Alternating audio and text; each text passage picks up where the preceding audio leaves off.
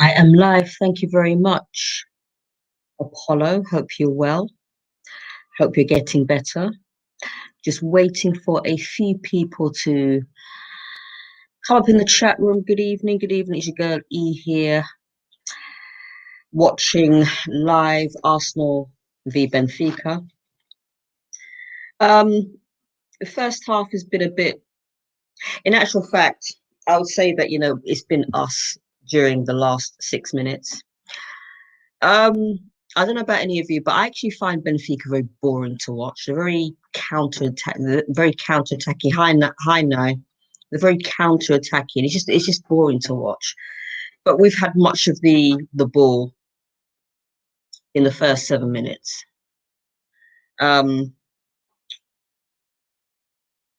And we are 1-1 on aggregate.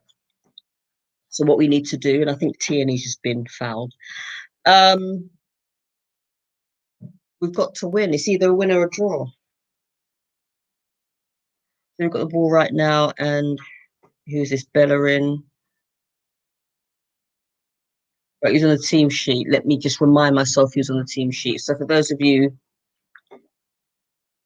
who are not aware of who is on the team sheet, I shall get that up for you. But Leno's in goal. Here we go. Thank you. So you've got Leno in goal, Hector Bellerin, David Luiz, Kieran Tierney, Gabriel in defence. Midfielders are Ceballos, Xhaka, Smith Rowe, and Martin Odegaard, Bukayo Saka, and Aubameyang are up front. We're actually playing a 4-3-3.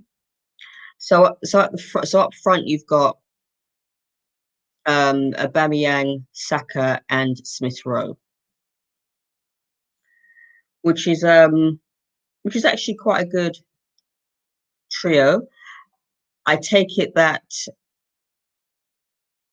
Lacazette is on the bench. I'm not actually seeing the sub sheet. But yeah, oh God, what's going on here? Okay, all right. I thought,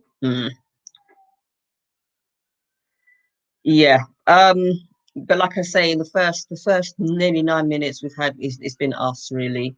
We've actually been pushing. We've been pressing in their half. I'm just hoping for a few more people to come on, make comments, hit that like button. Hit that like button. The more you hit that like button, the more people on YouTube can see this channel and they'll watch. So you've got Nabi says, yep, and Partey on the bench too. I'm not quite sure why Partey is on the bench, actually, to be quite honest. I don't even know why he's there. I mean, I did actually read that he was traveling, but is it really a good idea taking into consideration that he's not meant to be back so soon? Is Arteta that desperate to play him? And who's this? I think Xhaka tried to hit it from however many yards out, and it just went straight to the goalkeeper. Okay, good to see you too. Yes, it's just me on the panel at the moment. Just waiting for others to join the panel. So if you just tuned in, if you don't know who's on the bench, oh, Vince is here. All right, Vince is coming on in a minute or so. Probably just a mind game. I can't see him being played, and I hope he doesn't get played, quite honest, because if he's injured and he hasn't overcome his injury, but what's the point of rushing him back so soon? And then he's going to be off for another however many weeks. We can't really afford that. But yeah, so Bernd Leno in goal, Hector Bellerin, David Luiz, Kieran Tierney, and Gabriel in defence, Ceballos and Xhaka and Martin Odegaard in the centre. And you've got Emil Smith Rowe, Aubameyang, and Bukayo Saka up front. We're playing a 4-3-3 formation. It seems to have worked so far. We just need to close them down a little bit more. But yeah, but we need to win. We need to win, guys. Either a win or a draw, but I prefer a win. What's his cool case says? Tierney has a look of a guy you don't mess with. That's what we want. The way he looked at the Benfica guy when going for a throw in was really menacing. Oh God. Oh, we just got away there. They're really the one woman show. Purple Guna, Vinci is going to be in the house shortly. All right, so we've got the ball now. So who's this? Tierney, and he passes it back to Louise. Who's got the ball now? Gabrielle. He then passes it to Louise. Do not pass it back to Leno. Please just go forward. Please go forward. I'm on 12 minutes, folks. What is going on here? Okay, right. This backwards, sideways is annoying me now. So just go forward. That's what you want. That's right. So we've got Hector Bellerin on the right-hand side. Back with him again. You pass it back to Gabrielle. Gabrielle then passes it to Louise. Louise. It goes back to Louise again. It's like, what's this backwards, forwards, backwards, sideways? Just go forward for crying out loud. Oh dear. And now it's back again with Gabrielle.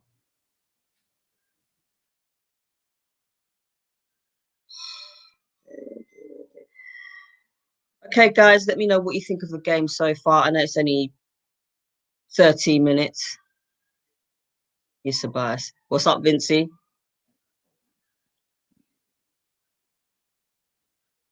Hi, Ebony. How you doing? I'm all right, thank you. How are you?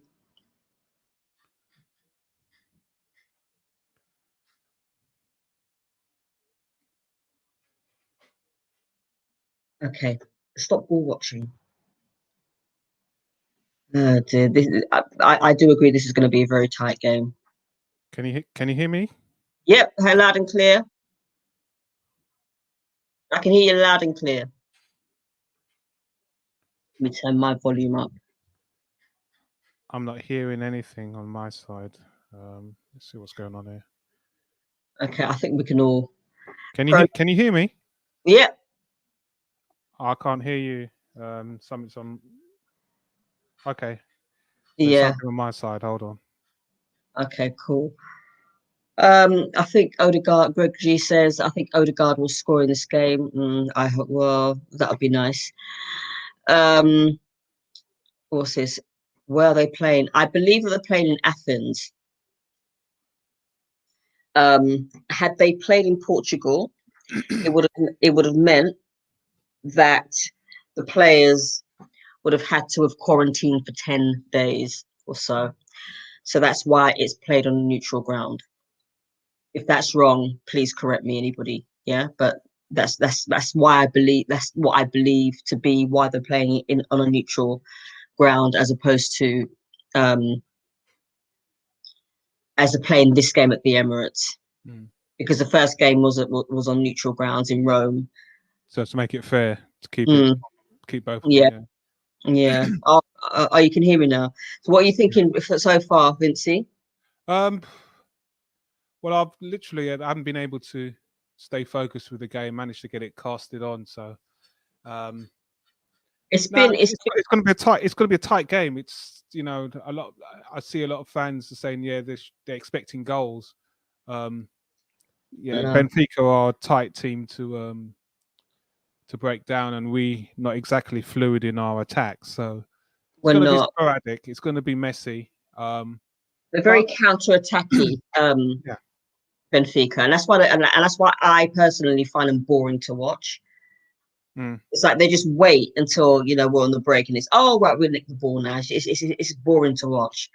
But you know what? Even with that is disciplined football. I mean, what we sometimes lack is that little bit of discipline to utilize the space. And these European teams, when they get space, and they counter attacking teams, they're clinical. And this is what we need to do when especially as we're struggling with form and continuity. be clinical when we got chances. Okay, right. I shall be back. Okay.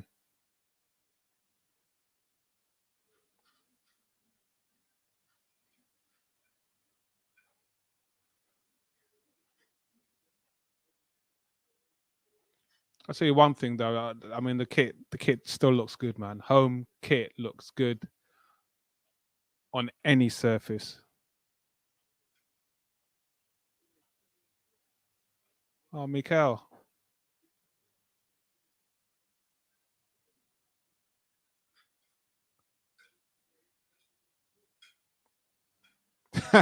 I hear you, G.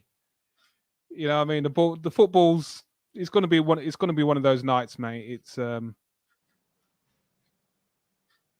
football It's that gonna. we It's everyone's tense now. Like all Hmm. Arsenal fans are tense now. I'm sorry, I interrupted. No, that's cool. That's cool. Yeah, I mean, this is our season. You know, it's um, messy football and the occasional game where we dominate and makes us feel, well, you know what? Yeah, we Mikel's got us playing the way we know we can play, and then they go back to foolishness. So, you know, Like this they've just done here. this is ping pong. You can't allow people to run across your box like that. Exactly. What's good, 18? So hold on, is that Smith Rowe playing so deep? Yeah. Or is he the left back? I don't know why he's all the way there. And Tierney's But you so shouldn't far inside. What's he going shouldn't on really here? be defending. He should actually be like further up the field. But yeah. They do get a little bit muddled up in defence when your two central midfielders drop so deep. It's like they don't know who to pick up. Yeah.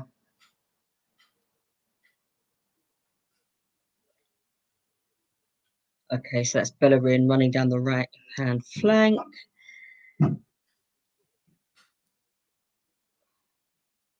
So I hear man like Partey's on the bench and he looks like he could be an impact sub. I'm very skeptical about that because I don't think has he overcome his injury so quickly. Well, unless he's been sleeping with some deep heat, I'm not sure because he hasn't had a run out. So Yeah. must shoot, must score. Oh please, Yeah, I know. connection, man. Come Unlucky. on, man. Oh, good ball by Ceballos. Good play.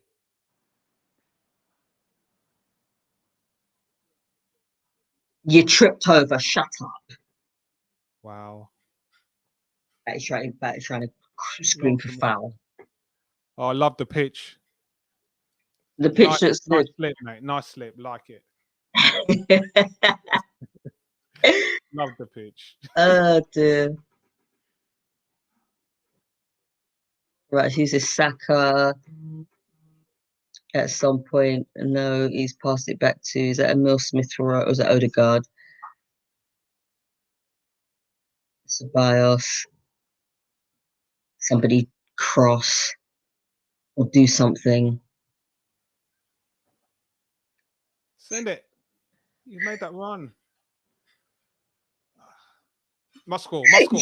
Yes. Yeah, he does. He does. He does. It's in there. Aubameyang. Must score. He had to. He had to. Anyhow, he'd have missed that. Must He'd have score. come back to London shamefaced. That's what it's about, man. So it Movement. was a Get that Saka ball. assist. Saka assist. Cut out that hesitation. Yeah. You know what I mean? Look, the man's made the run. Just send it. Bang. Yep. That's it. That's it. Saka assist. Positive Aubameyang. football. Left hand bottom left hand corner. But the goalkeeper did actually get a touch on it though. But yeah. There we go. There we go. well executed. Nice movement, and that's what that's what we need more of. Nice vision from Saka. Nice overlap by Bellerin early on in transition. Keep the ball moving and positive, man. There's 2-1 to Arsenal on the aggregate. We needed that because if they scored, we would be in trouble. Would have been out.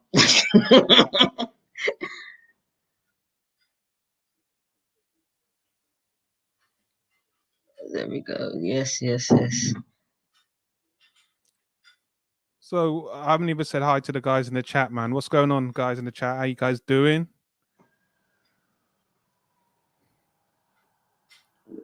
Now they're showing a replay and it's actually onside. Yeah, man. I don't know if any of the Benfica players are trying to call it offside, but it was onside. From Here time when time I put energy to celebrate that goal, that goal has to stand, man. Had to stand. Oh my god, wicked cross from Tierney. Saka. Bellerin's got that. Bellerin's got it again. Hold it. See, Smith Rowe could have made that run down, same kind of run that Aubameyang did, and he would have been through. Send it. Oh, he made it, didn't pass it. Nice. Send it again. Inside it. Saka. Oh, almost. Right in their goal line. Oh, goal. Yeah, that's what I thought.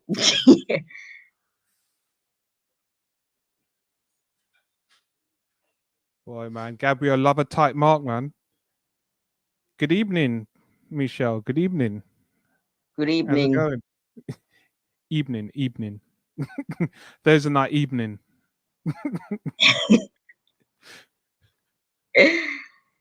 Do we play Villarreal? Would we be playing Emery in the next round? I don't know, you know. Can you imagine if it was Tottenham? No, we can't get them yet, can we? Yeah, I hear that 808, man. No, they couldn't deny that. It's great. No, it was clear. It was clear. That's only in England 18. Yeah, great ball, Tierney. Yes. Hold it, send it back inside and make the run again. This is Saka coming in. Put Bellerin. Smith Rowe, I need you up there, bro. That's it. He's there. Send it back. Turn. That's it. And Xhaka tries to score it from 40 yards out. No, sorry, Ceballos. Yeah, they need to. He needs to get some tape on his boots to help with the direction, man. So you don't fancy him staying? I wasn't a fan of him last season. I thought it was a waste of money getting him back. Couldn't understand the tactics and having him in midfield.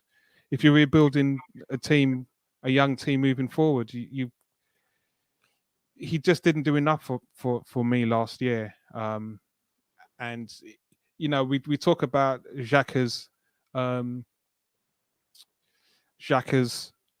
limitations, but you know, playing alongside Ceballos in the midfield, Ceballos can't hold the midfield on his own. So if Xhaka's not playing, that tells me that it doesn't. I don't see a player in Ceballos that's worthwhile in holding down that position, even though we didn't get Partey. So to me, I still didn't understand why we purchased him, even on loan. He's just the way I play football is doesn't make any sense. Because there is some Leno, please, that don't play with my emotions. And it's the thing, like, yeah. When we were first interested in him, I scouted him and looked and thought, you know what, he runs and he moves like Rambo. So if Rambo's going, you're looking and thinking, all right, Emery's gonna go for him. He's gonna play that similar role. And yeah. He just didn't have the fitness. You know, he was scared to shoot. I'm like, Nah. Soft touch for me in central mid. Okay, fair enough. No, I mean when he plays well, he plays well. I just need to see more from him really. Everybody, no restrictions for the next round draw. Any we can get anyone. I thought as much. He's having a good game tonight, though. I'll give him that. He is. Good tempo with his passing and Goal involvements for Arsenal. Yeah.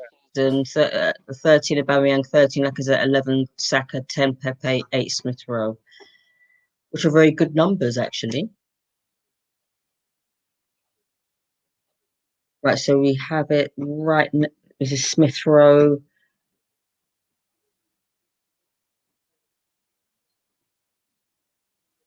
Ceballos. Sorry, Xhaka. Saka. Give it back.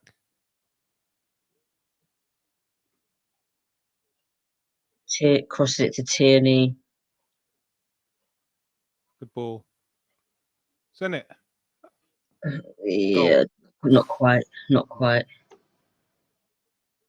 There's a lovely little touch from Tierney, whose name I shall be getting on the back of my shirt when the Emirates shop is open. Oh, unlucky. Good. You know, I'm a bit concerned about Odegaard. As a young man, where's his pace, man? No, he's not. He's not very fast, is he? He's got skill, but vision. The pace, man, is like on par with Pirlo, man. That's some slow.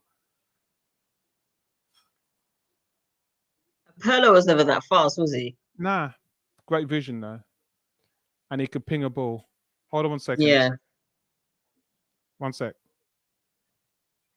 Okay, come on, Arsenal. Close these people down.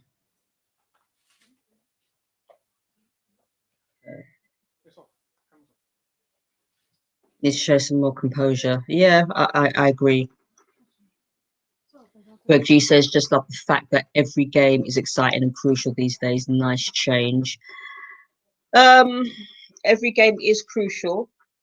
But the thing with Arsenal is that Arsenal, we're the type of team that, 1 minute, one game, we can play absolutely pants off the opponents off the park. And then the next game is just like, we just look like also rans. And that's pretty much been our season.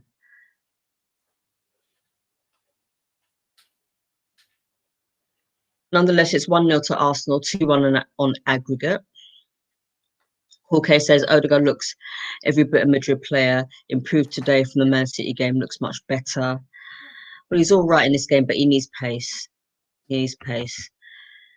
Greg G says Arteta needs to stop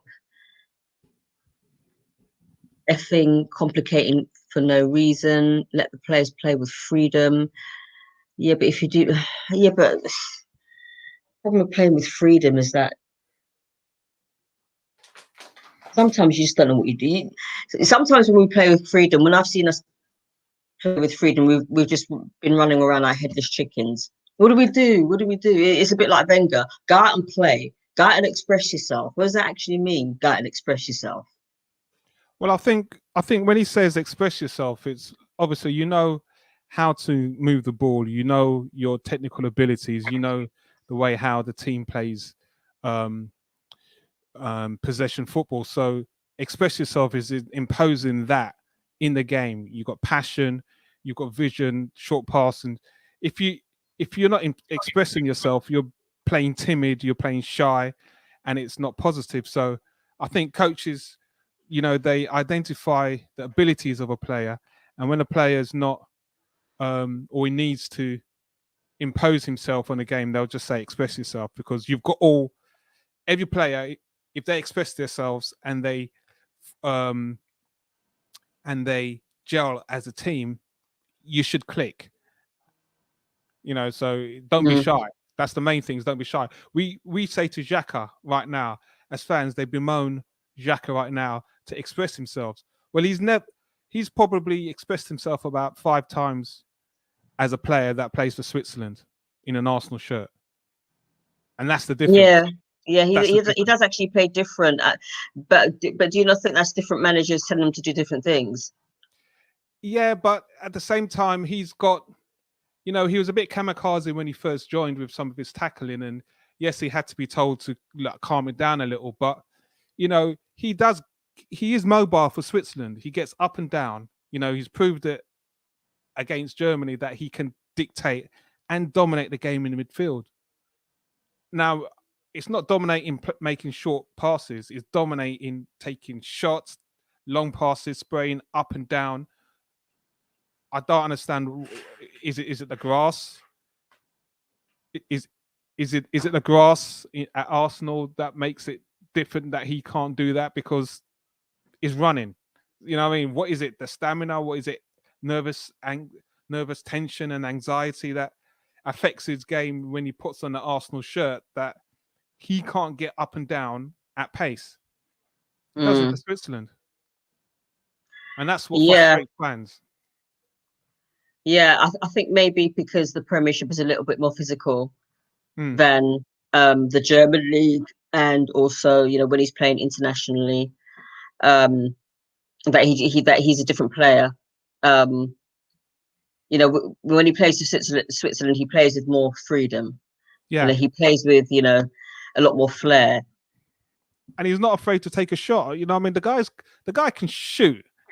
That's I why I just say, you might as well just shoot in anger, because when he does that, it's going in, or he's hitting a bar, or he's making the keeper save. He's the one guy in our midfielder who, from distance, we crave for somebody who can take a shot from 20, 30 yards out. It's like as if there's a contract that all the players have to sign. That's when Arsenal was there, and that you don't shoot unless you're inside the 18-yard box or the 6 yards from goal. Apparently Wenger told him to stop shooting from so far. Apparently, I don't know how true that is, but I believe it to be true. I've said it from time. It's just not his natural game. He can make those. He can make those plays. Yeah. Oh, ooh. No, that wasn't going anywhere. Okay, so it's one of those dummy free kicks, which goes absolutely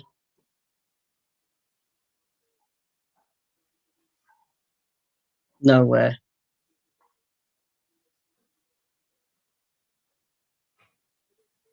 Goes over the bar, actually.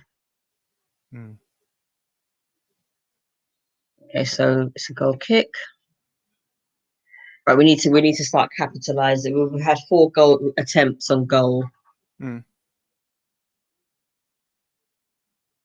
the thing is, like, if Arsenal fans, if they go back in the day and they look at their midfielders, we've had players similar to like Xhaka in the way how they move the ball. Stefan Schwarz was like that. We had, was it Stephen? Was it Hughes? With George Graham, he's another left-footed. I know who you mean. Yeah. Yeah, he was like that. Paul Davis, you know what I mean? Them cultured man. You look at the ball and it's like the ball's not moving at pace, but it's so measured that these guys have great vision and they could ping a ball. They could ping a ball in the top corner. Left-footed, cultured midfielders. We just don't seem to have that today. They don't seem to be playing the way how they we used to have them.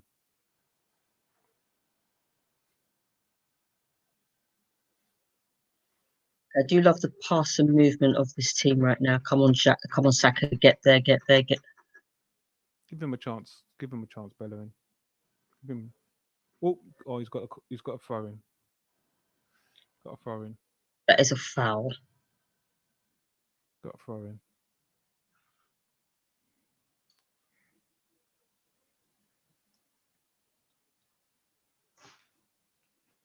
Okay, Bellerin with the throw in. So who said this? Who said we'd win 1-0? I've not looked in the Facebook chat, but I just want to win. I really don't care what the score is. I just want to win. Victor says the trio started in the Leeds win. That's ESR, Odegaard, and Ceballos is a must-start trio. Cool K says good Victor. Play much better today. Cool K says he called it 2-0. Victor says keep the trio and play anyone you want up front or back. Nice, Cool K. Or back defense. I like the way Ceballos goes to take the ball from the goalie. It's been a long time since a goal was scored from a goal kick. Mm. You know, when you've had the opposing player right there ready to hit the ball in. Ceballos, you don't need to be there. Get back. Throw, Odegaard. There you go. Now make it count. Passes it to Saka. Saka's coming in. Send it now. Of course, Saka, you're taking a bit too long there, son. Come on, Saka. Send it. A little bit backwards. We don't want to go backwards. We want to go forwards. I know it's congested there, but still. You could have kept that going. Go on, Louise. Oh, unlucky. Well, since the start of last season, Bukayo Saka has provided more assists in all competitions than any other player. Arsenal player. First Arsenal player in my dream team this season, Saka. I don't do dream teams. The guys are gone. Huh? You don't do dream teams? No. Every time I do them, I just end up losing, or players just disappoint me. So, or they're sold from my team, or they're sold from somewhere, or they just end up being rubbish for the season. So I've got bad luck with dream teams.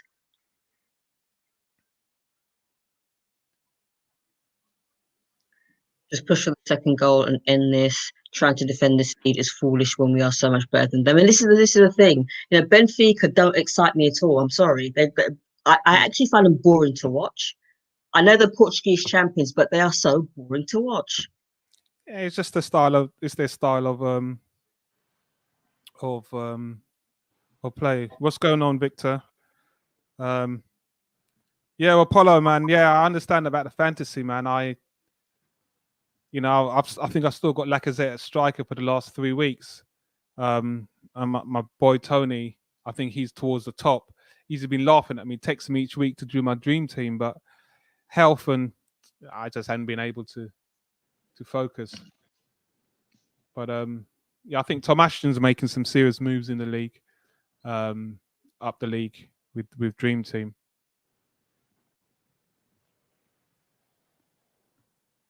Tom Ashton always seems to pick like really good players. Yeah, he's good at it. He's won it a few times.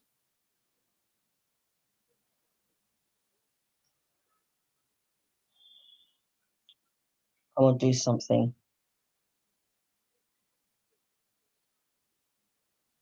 There's a nice little back pass. Send it inside.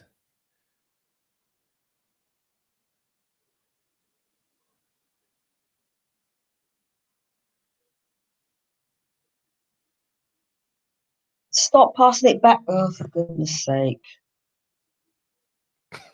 I just think, you know what? I said it a few weeks ago. I just find it funny how we resist playing triangles and squares. It's so, Batman, you should be making yourself available. He's lazy.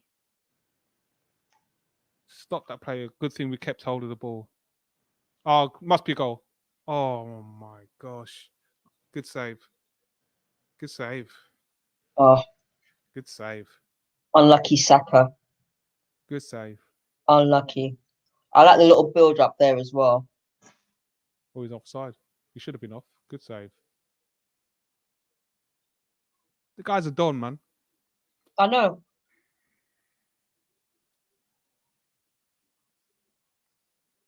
Victor, the game, I think Ebony mentioned this earlier on. The game's not played at the Emirates because the first game was played away at a neutral ground. So to keep the continuity, Arsenal's home game is also played at a neutral ground. And also, if Arsenal had played in Portugal, where Benfica is, then it would have meant that all the players would have had to have been quarantined for 10 days. Well, you probably thought they were quarantining whilst we were playing against Man City, but yeah, that's another thing.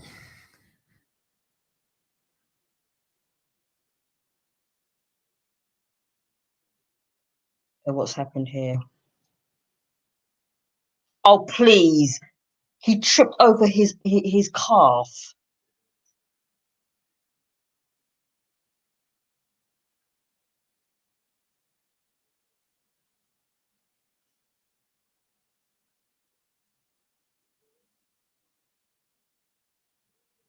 So who right now would you say is our player of the season? Bukayo and Tierney. Those two. You wouldn't say Leno's in with a little shout? Let me see. Great goal. Great goal. I thought you might have pinged it. Great goal. Didn't have a chance. Fuck's sake. Did not have a chance. See, this is what I mean. When you give away free kicks, this is what can happen. So now we're on the back foot.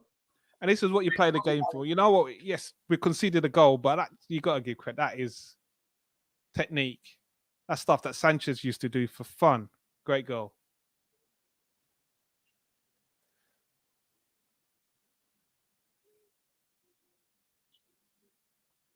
When you give away a free kick in a stupid position, we're on the back foot now. This makes it interesting. I'm telling you, we're on the back foot, and if we get knocked out of this competition, oh, what now? My only concern is we haven't got man like Ainsley to take the penalties if it does go to penalties, because that guy's a don. So that's the only concern for me. And I did actually say that I didn't want Ainsley to go out on loan.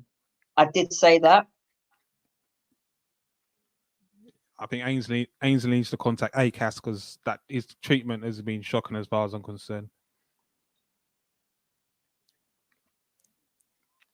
The ball needs to be playing, man.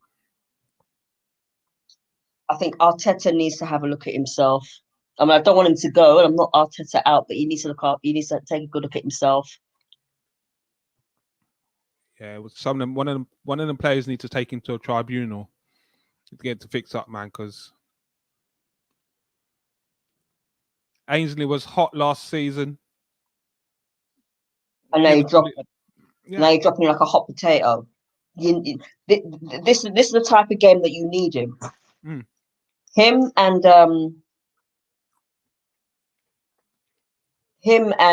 Nelson. Victor, I know you're saying Niles isn't consistent, but there isn't a consistent player in the Arsenal team. So it's about how you manage them based to the team that you set up. Look at that City game. Look how Tierney was having trauma with Mahrez. All the previous games, Maitland-Niles had him under lockdown. So those are the things that managers have to look into in regards to players who, oh, look at this. What are we doing?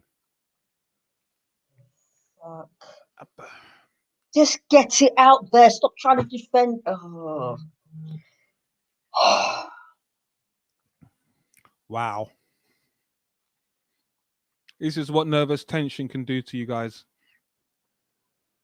One goal. Look, we're over the place.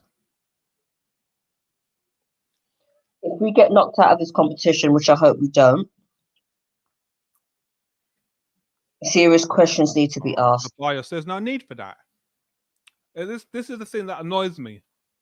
He's had a really good half, Ceballos.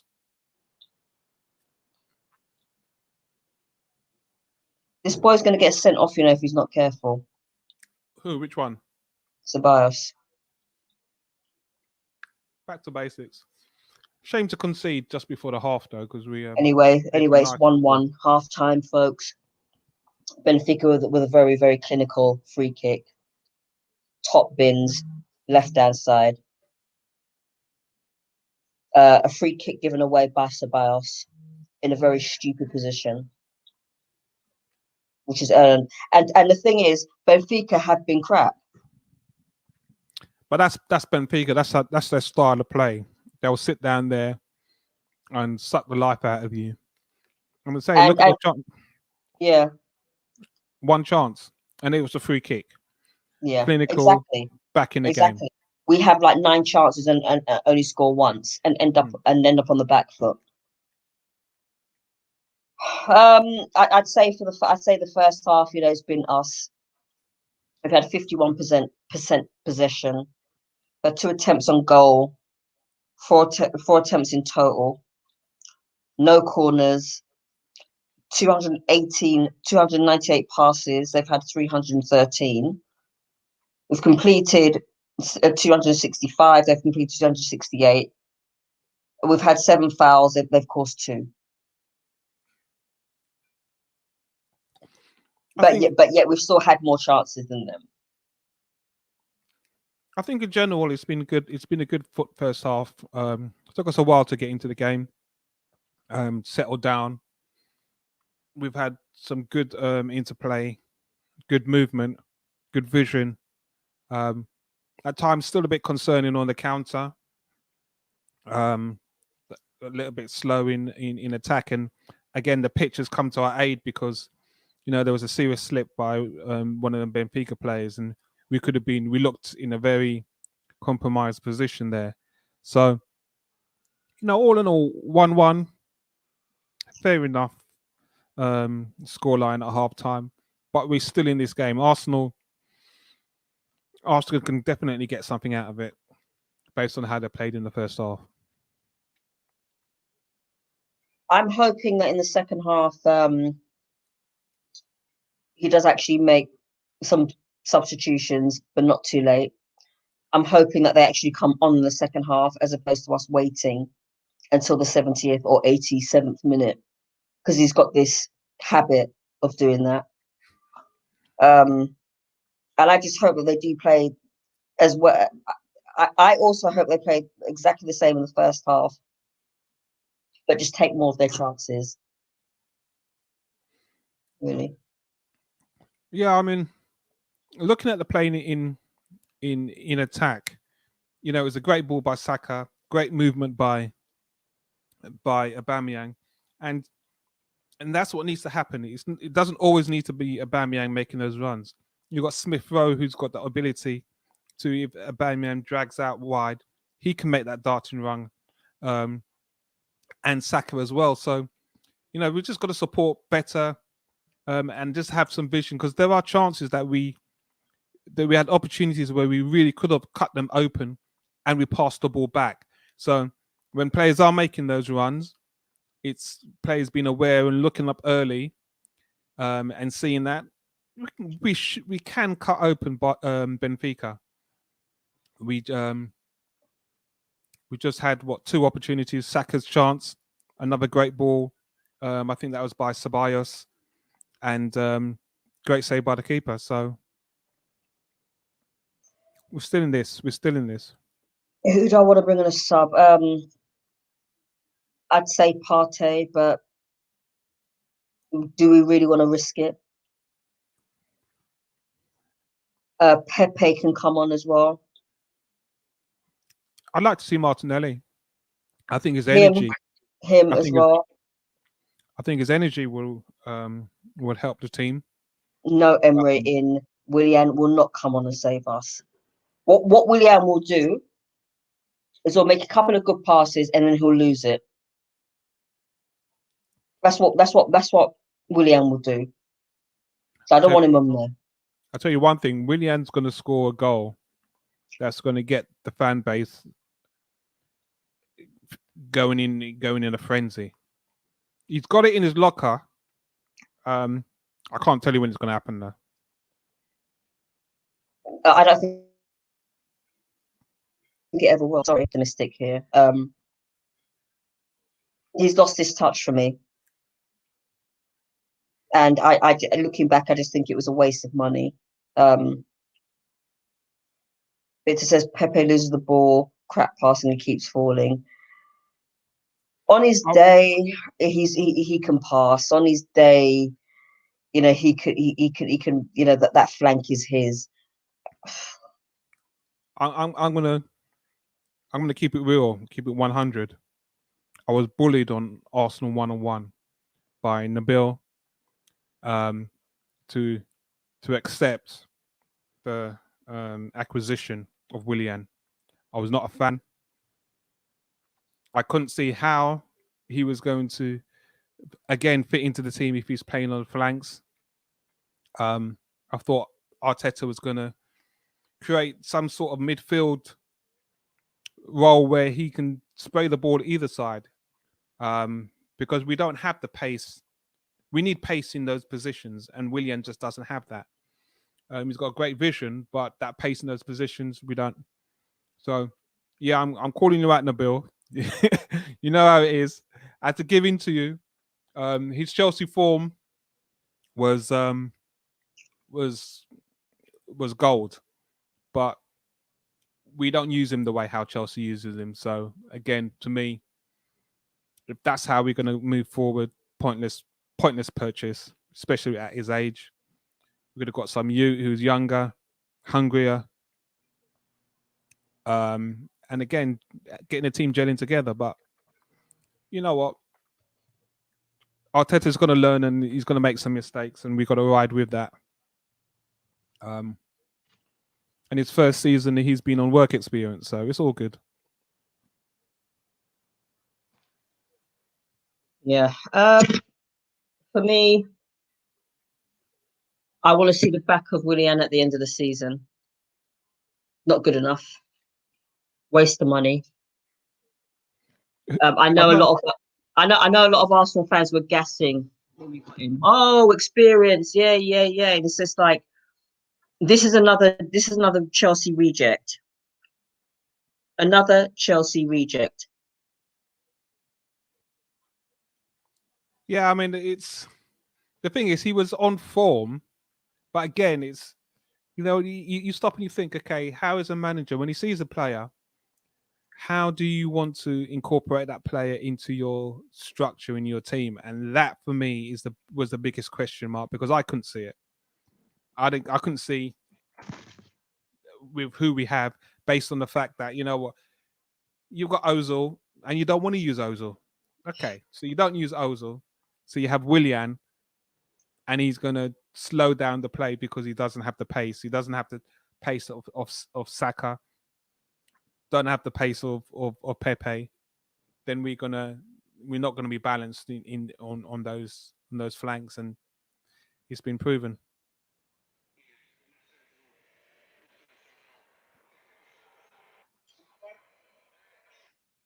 So Greg says they will 100% score another. This Benfica teams look shocking, and we are struggling so much. We are not even close to winning the Europa League anyway. To me, we're only in this league for work experience. You know, that's it. That is it. You know, it's strike it lucky if we get to the final again. So, you know, the focusing on the Europa League for me it's just fluff.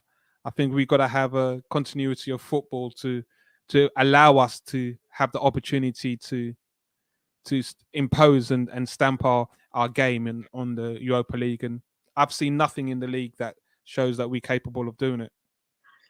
I do think Apollo's got a point though. Under Wenger, we won't have even broken a sweat with this Benfica team. I don't know. I mean, sometimes even under Wenger, we did labour against teams like this. I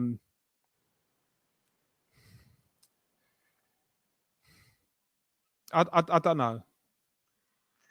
I actually agree. I just think that we would have under Wenger we would have taken more of our chances. And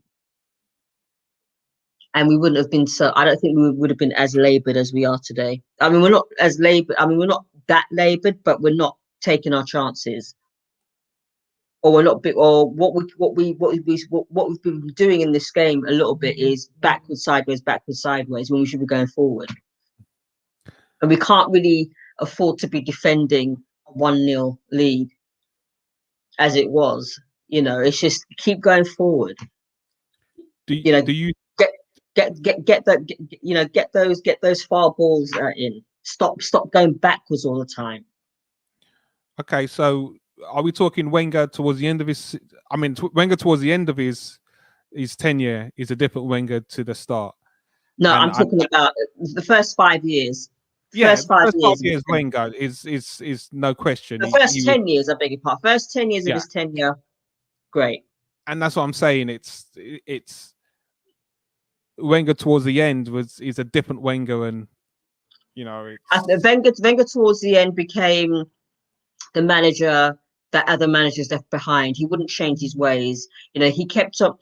It's one thing to believe in youth in youth, but then you have to blend that with experience. And there were games where he was playing just the youth on their own without any experience, and you can't really do that because the game had moved on since he started. From when he first started doing that, and so that's why we got left behind. I think with Arteta, I think he needs to be given time. I don't think he should be sacked. A lot of Arsenal fans are calling for his head. He doesn't know what he's doing. He's a little fish in a big pond. He's way out of his depth. But how do you learn? He's going to make mistakes, but I do think some of his mistakes this season have been criminal. Yeah, absolutely I agree. Criminal. I agree. And that's like all managers. They make criminal, but some of them week after week, it's like, I mean, seriously, from a man who likes to play the football a certain way, I still think Arteta as a player was limited. Yeah, he was limited. He had skill. He could shoot, but he wasn't on par with the likes of Cazorla. That's my type of player who's got both feet, do it left, right, pace. See you later. So I come and see, okay, how's tactically he's got a good footballing brain, but when you don't make good footballing decisions as manager based on nonsense, I start questioning. Pepe, if you want pace in your team and you want balance, Pepe and Saka is going to give that to you. So I commend him for bringing Saka from the left over to the right, and we can now see the development of Saka. He can play both sides. Pepe being brought on the left, we now can see actually Pepe's got a different dimension to him. So okay, how are you going to integrate that? We've seen a renaissance in Lacazette, where he's almost resembling like a poor man's Aguero in how he drops back in the midfield. It's like, I've never seen this type of player in Lacazette. But again, how are we going to take it to the next dimension where, Aubameyang links up with our midfield? Because, to be honest, some of the football has been shocking, and a bit drab. The defense have kept us, and the exuberance and pace of some of the youngsters with Smith Rowe and Martinelli and Saka has really saved us this season. Really. Yeah, but then you've always got to blend up with experience as well. And I mean, when you think about the the young ones, there have been times when I have actually said that Aubameyang needs to be dropped. when he's not playing well, he needs to be dropped. And there were a couple of games where he was dropped, and we played pretty well. And that's the thing. It's like if you're seeing anybody else on top of the pitch, if they're doing foolishness, they're being hauled off. So if you're the captain and you're having a mare, and you've got strikers on the bench, you got to make some bold decisions. You just have to. And he's going to learn. He's going to learn from this. Because the thing is, the young players look at that, and they'll be talking to themselves and saying, "Well, you know what, but Bama's doing foolishness, and the man's still picking him." Same thing that fans are saying about Willian. They're saying, "Well, what's going on?" At one stage, Willian's name was on the score sheet before Xhaka's. Yeah, and I mean, Arsenal fans, have said, is is Willian his favorite player? Does Willian have something in his contract to say that he needs to be brought on, which I don't believe one iota. I think it is. I know a lot of fans have actually said, there is something in his contract that says if he's not starting, you will bring him on as a sub. Yeah, I mean, I think there may be some incentives there, but also I think Apollo's mentioned that the stubbornness of Arteta, he will justify his purchase and he will come good because of experience. But that comes at cost. His experience will come. That's why I said he will score a wonder goal where fans are gonna turn around and say, "This is what we bought him for." Yeah, that one goal. On the flip side of it, if you've got a who's learning his trade and wants to come and develop, and he's got the ability and capabilities, you're stagnating his growth. And a self-sufficient club like Arsenal, we can't really afford for that.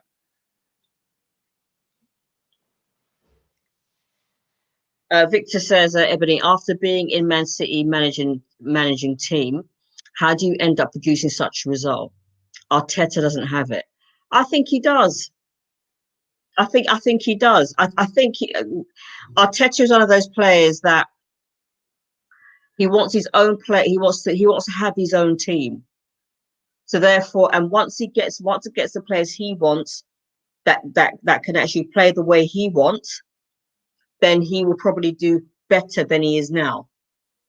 I don't know. That to me sounds like that's he is stubborn in himself and he's stubborn in his coaching, but that's a red flag for me, because I'm looking and thinking, okay, we've seen what Emery did with Saka, okay, and we have to be grateful for Emery playing Saka for us to have Saka playing the way he is right now. You got a player in Pepe where his first season, some fans would turn around and say, well, you know what, they wanted more, but he did give a decent enough return.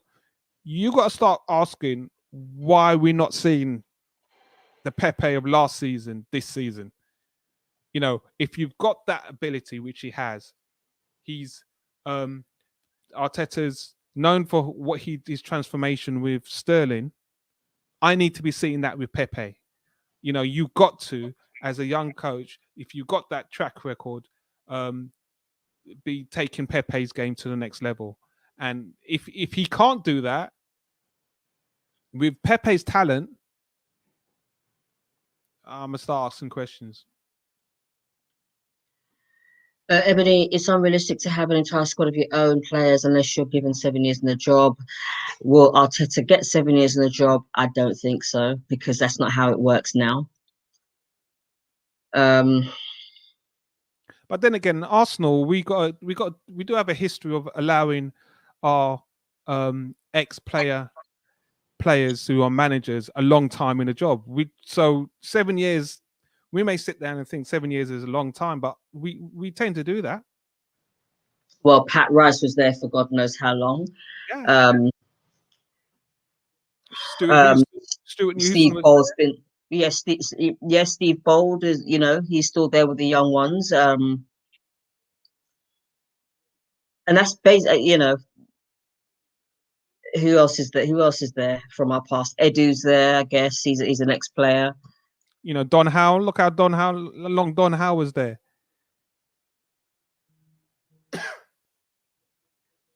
Cheeky. And don't bother telling me that's offside. Oh,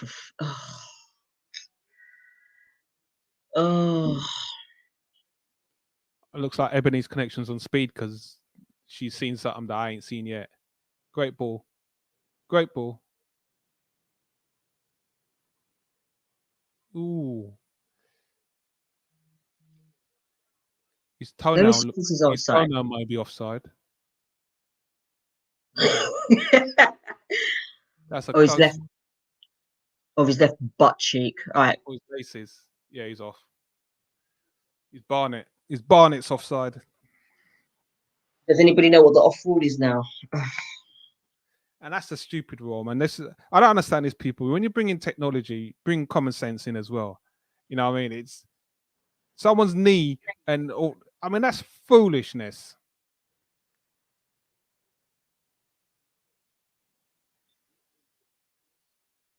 So if your left butt cheek is offside.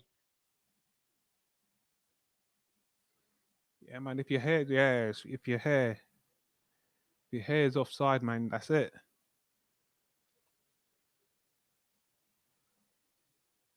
No, Will you just kick the ball out? You got somebody behind. I actually prefer Arsenal, you know, that decision being made because that's showing that, you know what, movement is what we need. Just a little bit better timing, bit of luck, and you know the goal's going to stand. So well done. Don't let this boy do this to you. Get it out, Tierney. Get it out. Bang has the ball in the Benfica net for the second time.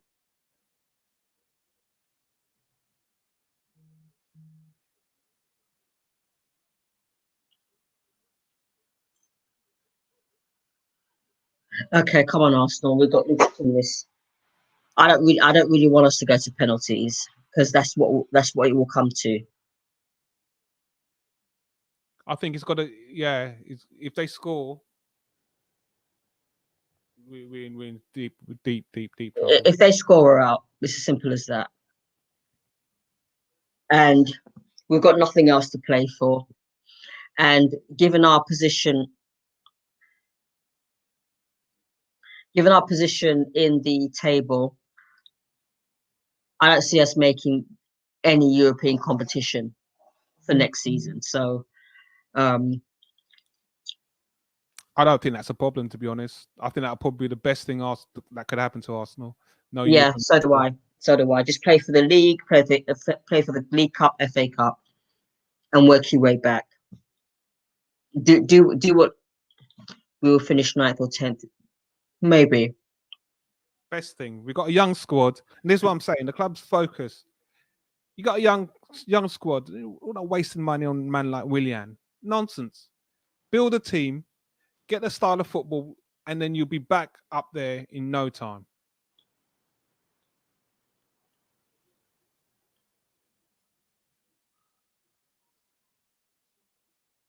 You know, prioritize the League Cup. Well, if that's what it takes, Liverpool had to do it. So, I mean, you know, I mean, prioritize, do something that you can win and show consistency, and then go at the next level. Chelsea had to do it. Yeah, you know, we've not done it yet.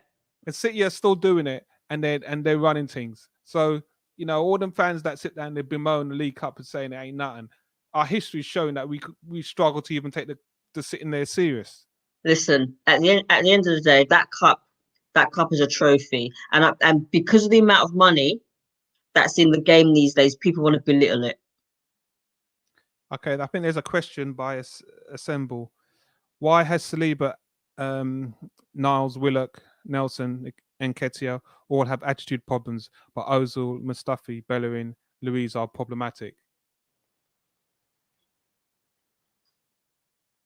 Do they have an attitude problem?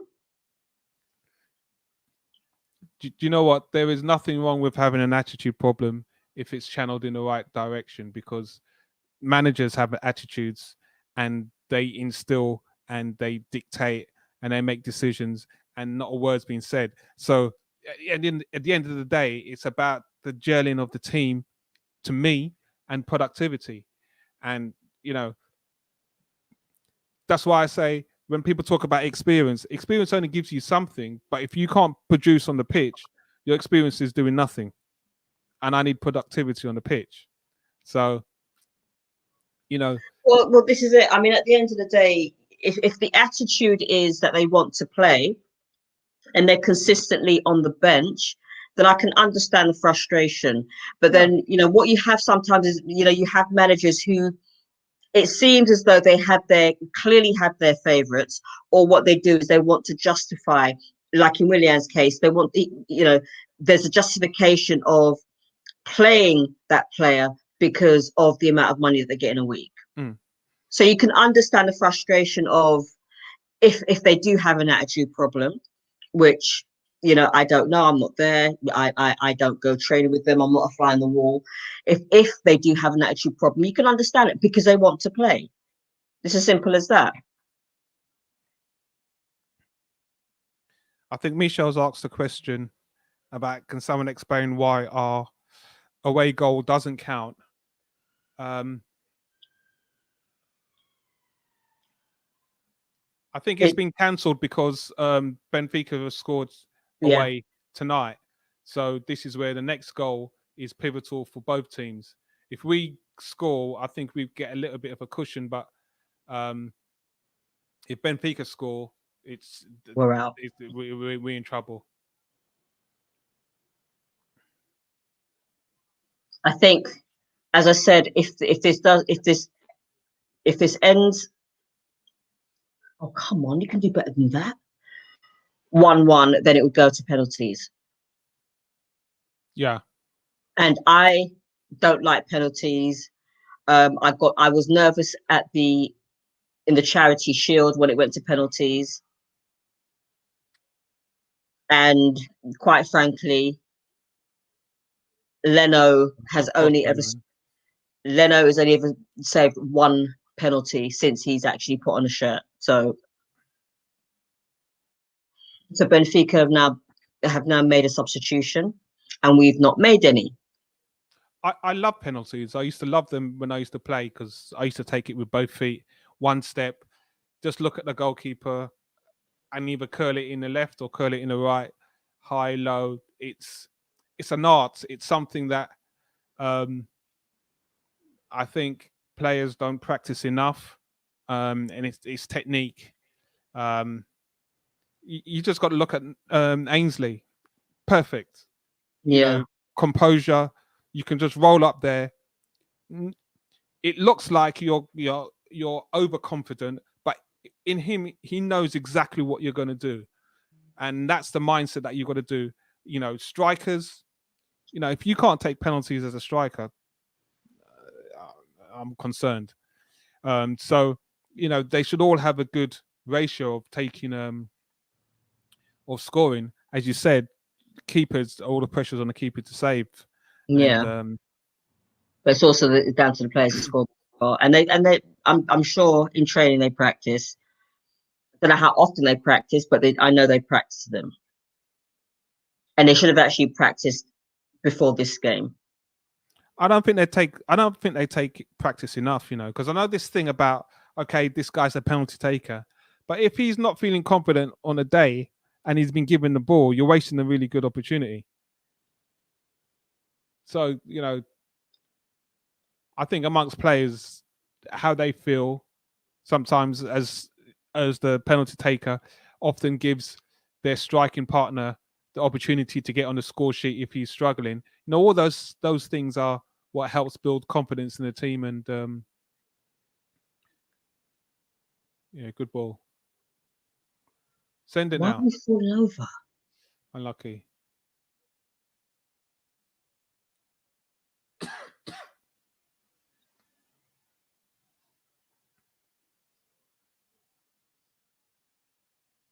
Well, Saka get in there.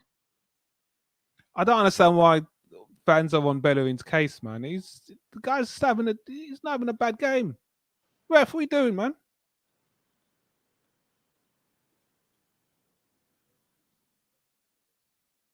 Oh, really, Odegaard?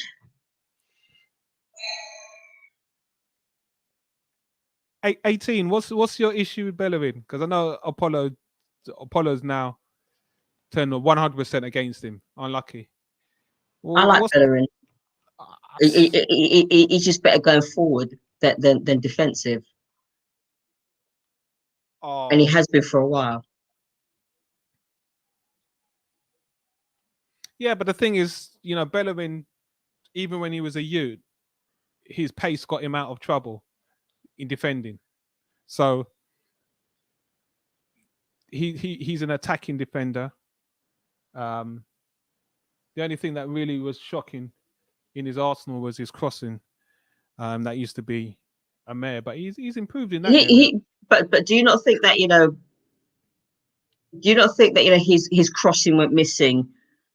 Like when he first started, his crossing was immense, and then all of a sudden, his crossing just went awry. It just became a thing of the past. I think the crossing that Arsene wanted him to do was he did a lot of low crossing.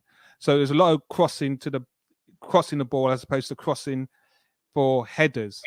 So I think he's poor. He was quite poor with his crossing for headed goals opportunities, and he's improved a lot on there. Oh, for fuck's sake, man!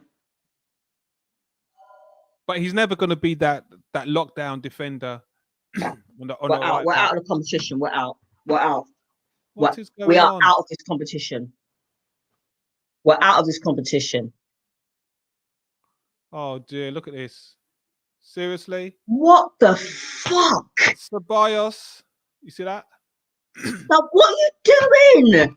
You see that? Now, you would have known that brother was there running, yeah? So why are you sitting there and trying to flick that? And you got 3 men wearing the same shirt around you. This is the foolishness, yeah? Foolishness that I'm talking about. Look at that. You've got, you know what? We are out of this competition. We're out. It's like let's not even try and sugarcoat this shit. We are out of the competition. Unnecessary. It's like why would you try and head him? It's like what is Ceballos doing? What the fuck's he doing? This is like the second time he's fucked up in one game. It's a shame because his first half was really promising and he really took the game, and he was, he's a real bright spark for us and really in our attack first half. You bought on who? Ceballos, fuck off. All right, so Willian has come on now. Who? Willian and Partey. And guys, it's been emotional. I've got a contract with StreamYard.com that I can't watch Willian in 2021. So yeah, it's been great. I may just look at the wall and turn down the volume and just look at Ebony, because I don't think there's an Arsenal game right now if Willian's playing. So just bear with me as I just change my position in my room, because I can't watch the screen, man. I can't do it. Oh my days. Okay. You think I'm joking? I'm just. I can see you. I can see you actually moving. It's not happening. I can't do it. So I'm a man that likes surprises. So Ebony. So when you jump up, yeah, twice, I know that we scored 2 goals and we're back in this. So listen. Screens off. Let me tell you about Arsenal's history. Yeah, especially in the last 15 years, people. Okay. We've given away so many gifts. We're like Santa Claus. Okay. When a team hasn't won for a while, who gives them the gift? Arsenal do. Just remember that. We've been shot. You know, we have Ceballos needs to have a look at himself. He's at fault for 2 games. He's fucked up in 2 games. Pardon my French, people, but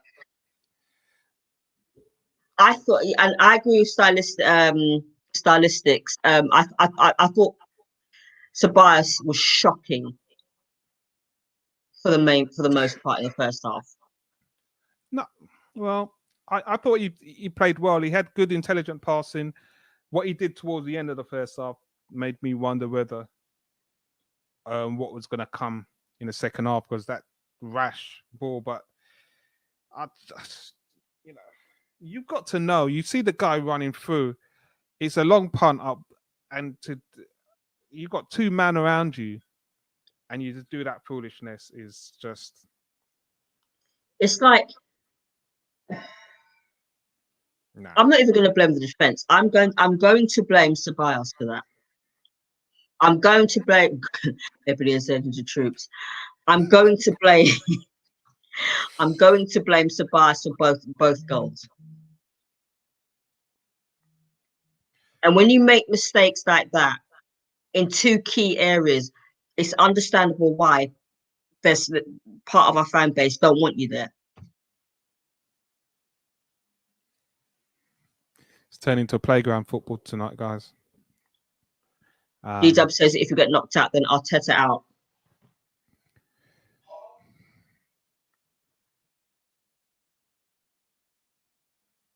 I won't say Arteta out just yet. But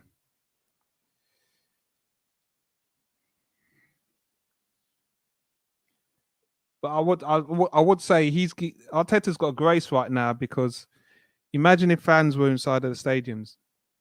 You know, imagine if Arteta had to sit down and hear fans screaming at him because of this foolishness. He'd have to fix up.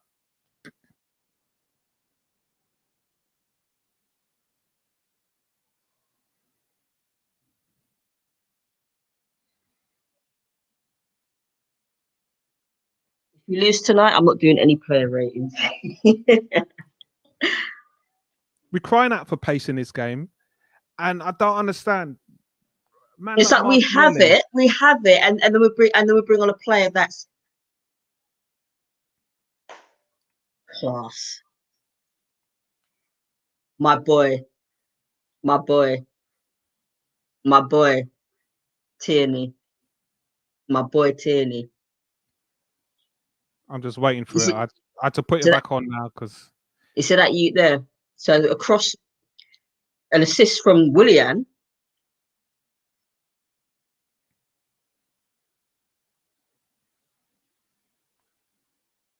An assist from Willian. 1, 2, 3. Nice goal, nice strike. But that's what it's. Guys, listen, man. It's not about being negative. It's not about being overcritical. But there's been some foolishness played this season in attack. And Tierney's just shown there simple things. Sidestep somebody. Winning mentality. And just drill the ball. You know, you don't see enough of this. This is why I love Tierney. This is why I love Tierney, because he has the winning mentality. Yeah.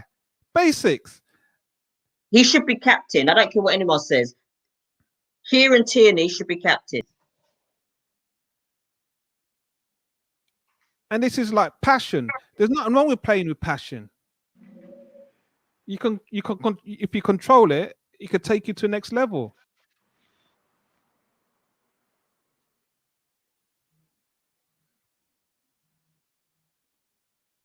That's what I'm talking about. You know, the problem is now you're playing a team that likes to sit back, so we still got to go out and score another goal. So it's not. It's still cagey.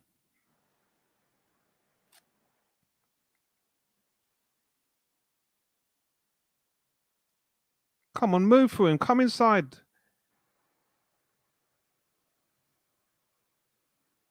Oh, Lord of mercy, man. What kind of... Okay, so let's Saka. He's passed it back to Smith Rowe.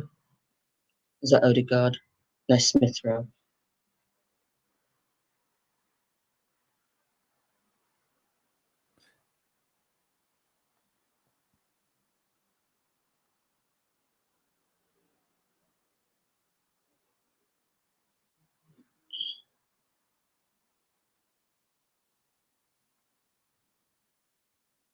Okay.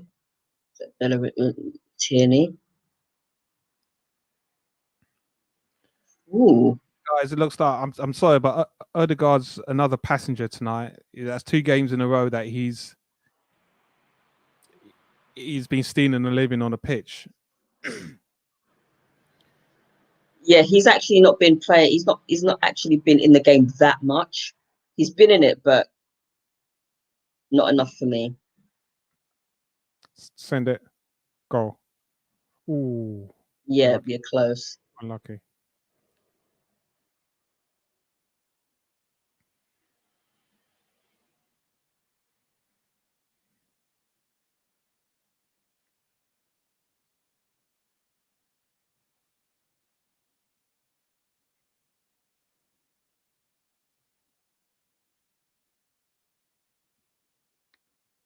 Don't slow down the play with a little. Close this mofo down. Man. Is Willian. Pass it to Tierney. Ugh, not quite enough for Aubameyang to get his head on it. And Benfica play it out.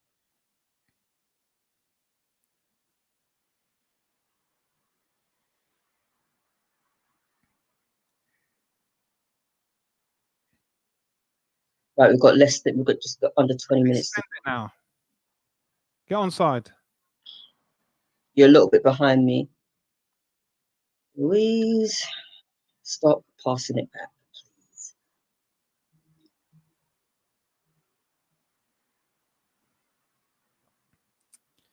please. Bring Martinelli on, man.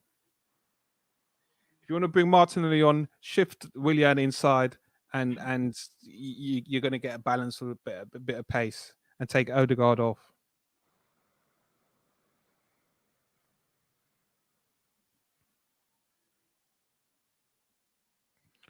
Yeah, you're right about that, Michel. No business in the Champions League is how we perform. No business. Okay. Cut out this crying out for top 4 and we can't string a pass together and hook up a little triangle and you want to play Champions League. No business. It actually makes you wonder how we made the Champions League with the team that we had under Wenger. No, we played good football, man. The tick-a-tacker that's what I'm saying, is triangles and pace and finishing. You had players who, we had decent talent, and they can, and they're intelligent, skillful. So,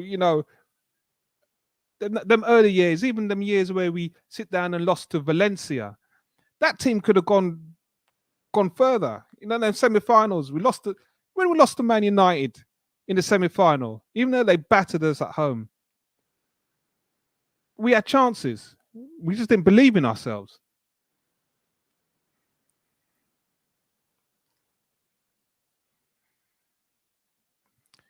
Yeah, Victor. I mean, yeah,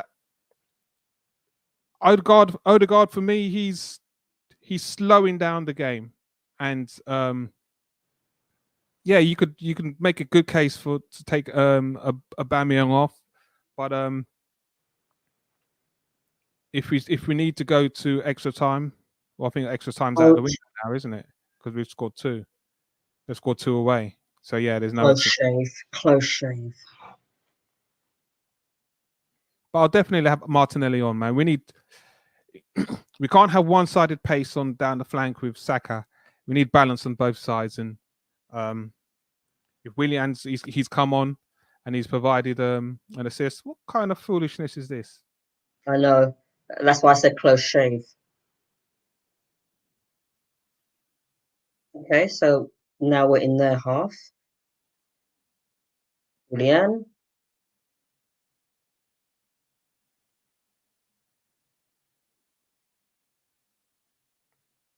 Sold. Gabriel got sold, mate. Sold.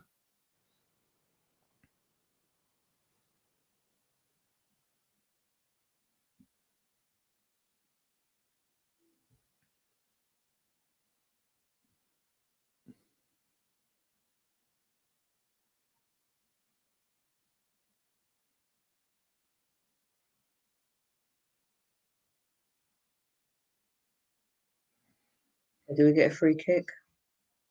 Because Aubameyang was.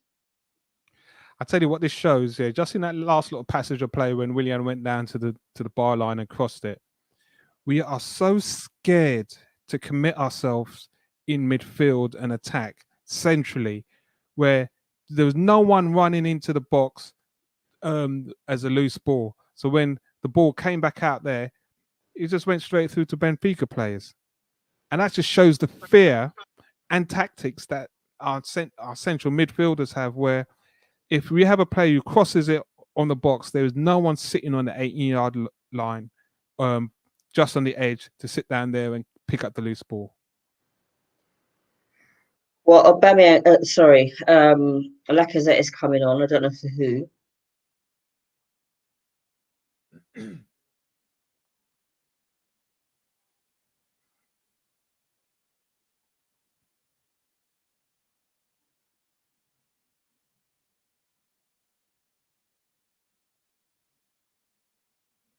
What's this? D-Dub says, don't know why Arteta threw away the FA Cup and still opts to start his favourite players and ostracise others.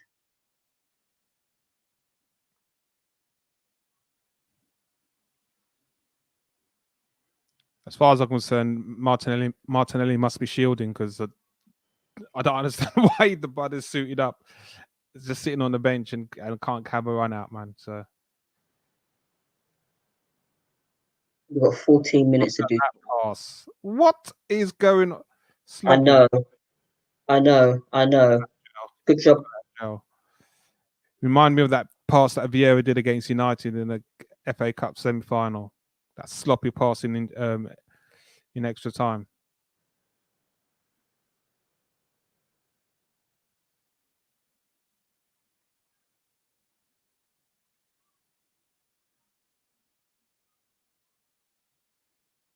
Why can't we stay on? Lord.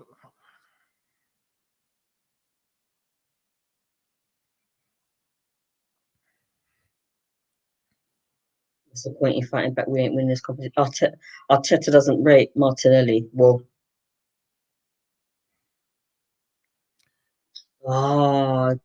should have just squared it, Saka, man. I think if that is true, Emery in, then that's criminal. Because a 19-year-old playing the way how Martinelli played, coming from Brazil into the Premiership,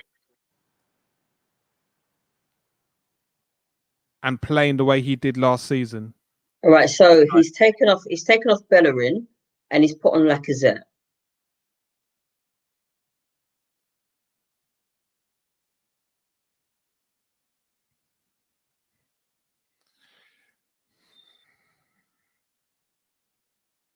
Okay.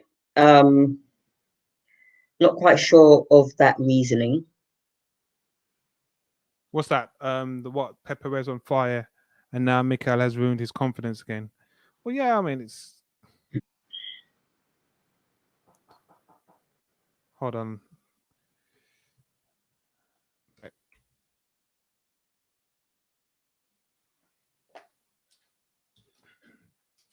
I'm just trying to understand why he took off Bellerin for Lacazette. I mean, I'm glad Lacazette's on. But, crap.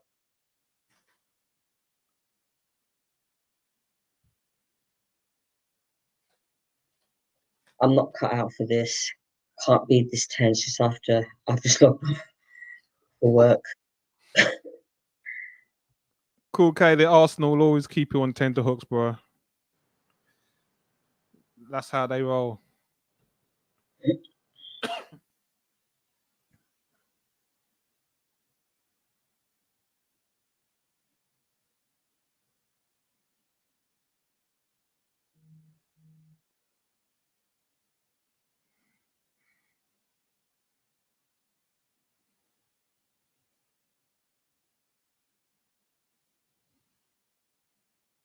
And here's the thing.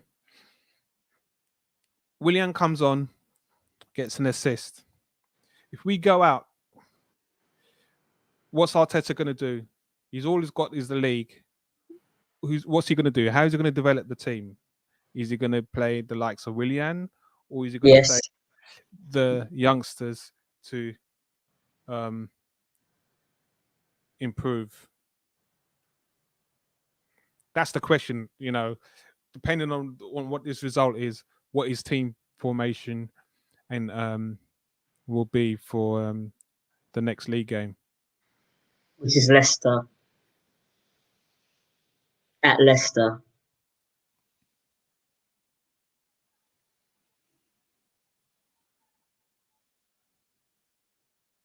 Being a sloppy, it's been a look at that. What's going on with our midfield? I know, it's just a joke. Is that we're getting out muscled, man?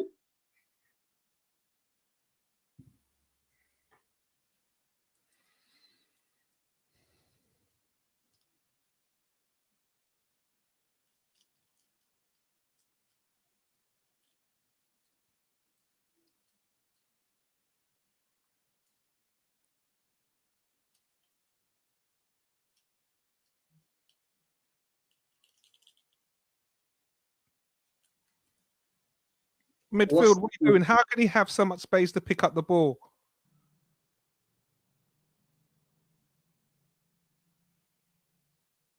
Is that Partey? Oh, Williams playing in midfield.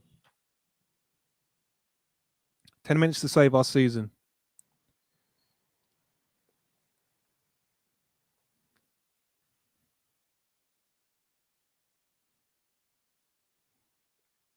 You see all Will you? How many red shirts do you need around one bloody player? I can see those Arsenal fans getting their Wenger out crayons, getting it all aligned, ready and waiting on that bed sheet, ready to hang out the window first thing in the morning.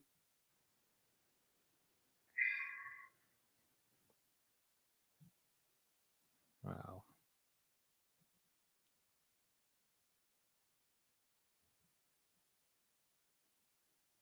Do we deserve to win this game? I think in the first half an hour we did. So yeah, hit and like the button. Subscribe to the channel, guys. Yeah, please do, guys. Please subscribe.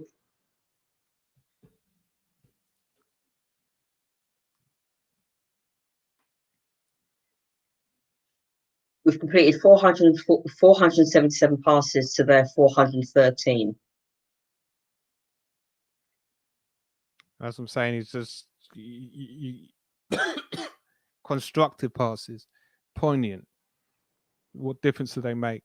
And you stop and you think the onus is on us to take this game to Benfica, being technically the home team in a tie. Sloppy, too sloppy, guys. Great free kick there.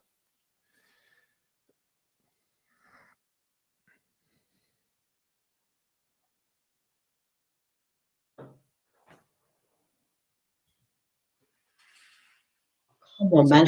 How much more sloppy can you get? It's off. Sloppy. I'll turn it off. Guys, hit the like button, subscribe to the channel. How was it?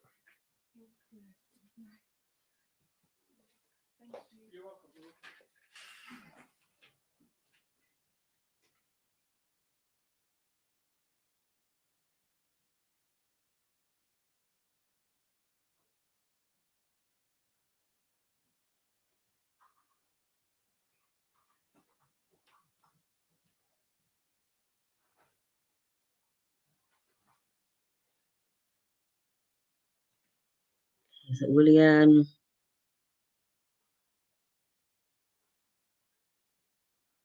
Tierney to Willian.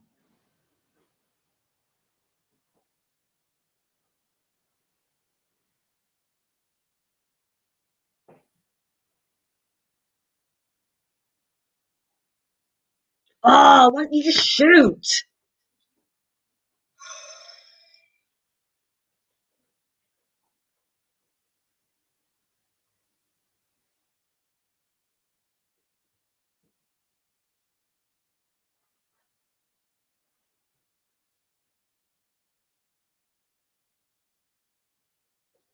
Okay, so we've got 6 minutes of normal time, and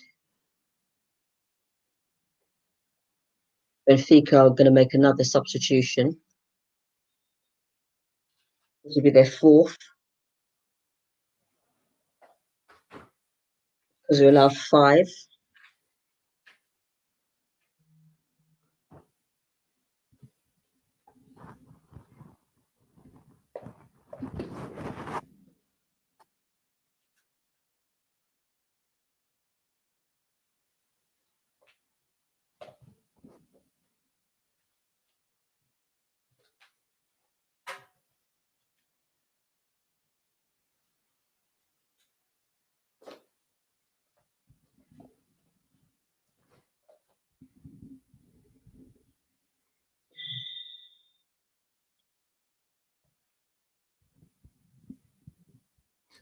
Yeah, 18 for real, killing me softly. Jacket is shit. Yeah, we know that.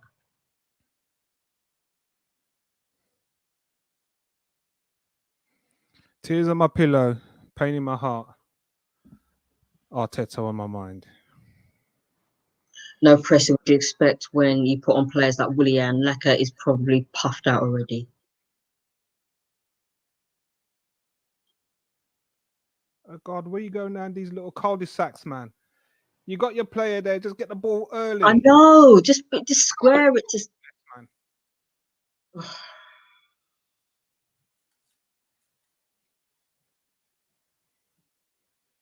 Go on, Tierney.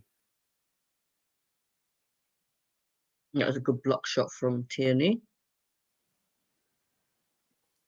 Go on, Gabriel. Send it. Lord. What you got? Recognize where you are on the pitch when you do that foolishness, man.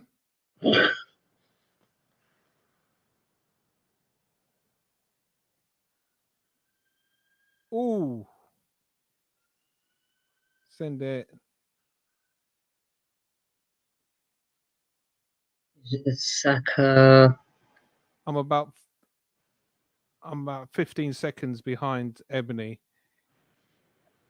I think Michelle's the only person at the game because she was right there. Michelle, how do you get a ticket, man? What's going on? Guess who scored the goal? Man like Willian. Man like Oba. Saka with another assist. Wow. For a Wow. header. Wow. Wow.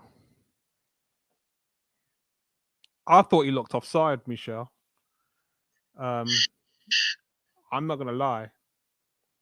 I thought he looked offside, but no, he's on. Oh God, He's on. here we go. He's on. It's a goal.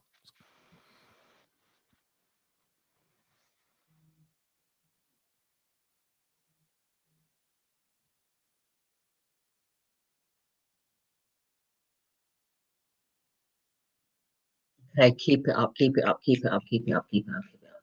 Yeah, he's got a goal. Yeah.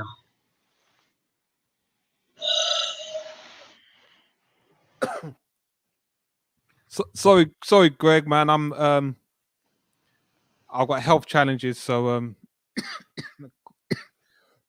can't do it. Trust me, I'm just watching the stream and just like hoping that they say goal stands. But yes. Oh, that was a good stop by 4-3, Tierney. 3-2 on the night.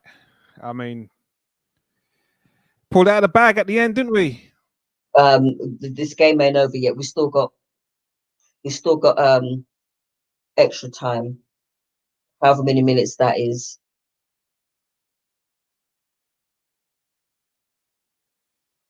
Hold on, I think my 8:25. Yeah. Sorry, my wife's just casting the game back on the TV after we scored.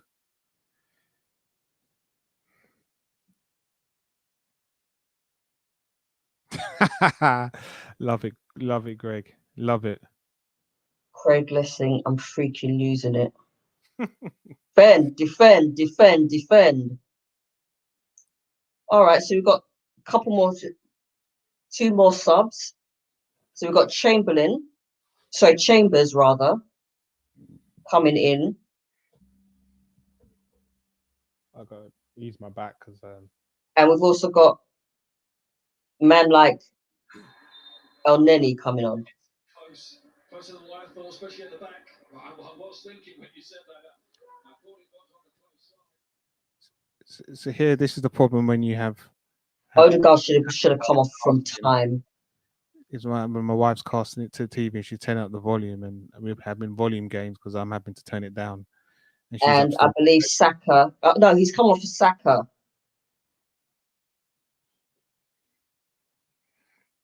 I don't know who El Neni's coming in on for. Chambers. I mean, Chambers get a Excuse me run out more. like Martinelli. What a god. Man, they're not do right. What a rush. Whoa, Chambers. What was that, Victor? Dinner date me. Victor, you're cracking me up.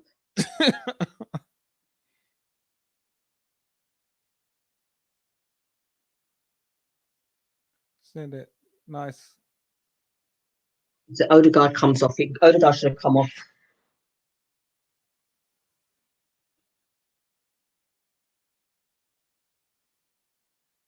Ref, you're not going to give it.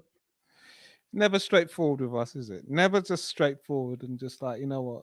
Blast the team out.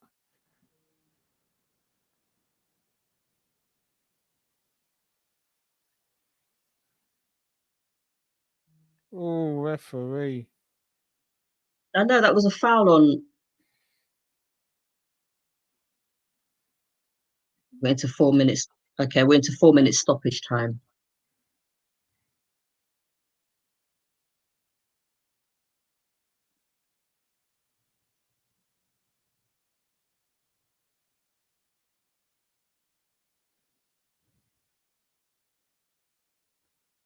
Partey looked like he wants to pull a hamstring with all them dribbling past man in midfield. If you get, he's just come back from injury. I know, but at the end of the day, it's like, why is he on? You know how damaged he is. Yeah.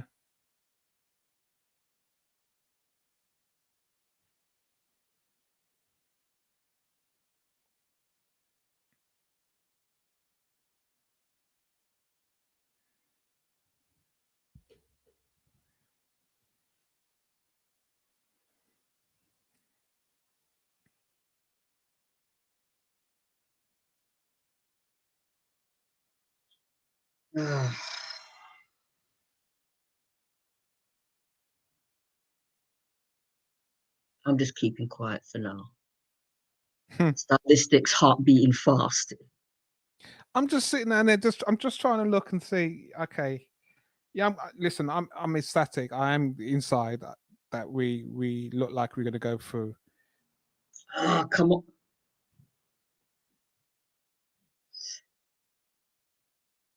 But this is how we do it, man. Damn. Guys, what's going? Hold on, stop it. You just saw the crossbar, the post, yeah? Stop it. It's a goal Stop kick to it. us anyway. It's a goal kick to us anyway. Stop it. Stop I know. it. Stop it. It's a goal kick to us. So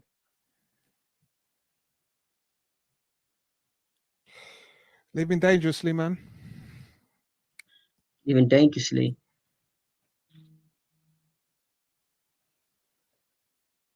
I think it was a good step up by Louise there.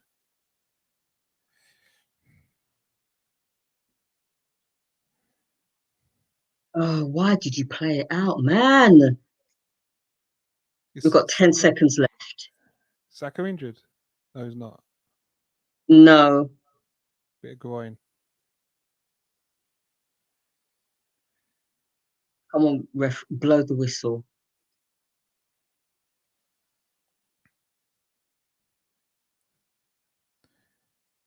Michelle says we need to bulk buy the beta blockers to get through the next round. For listen, man, I've got a supply of some gear, so let me know if you need. I'm not no dealer, but I've got a supply of the good stuff. This team will be the end of us for real. You're not wrong, Fabrice. Not wrong.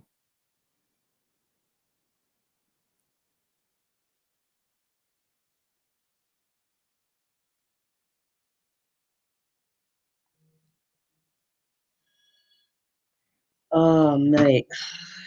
So Apollo says full time 3-2 Arsenal Benfica. We're in the last There you 16. go. Whistle has gone. Arsenal are through.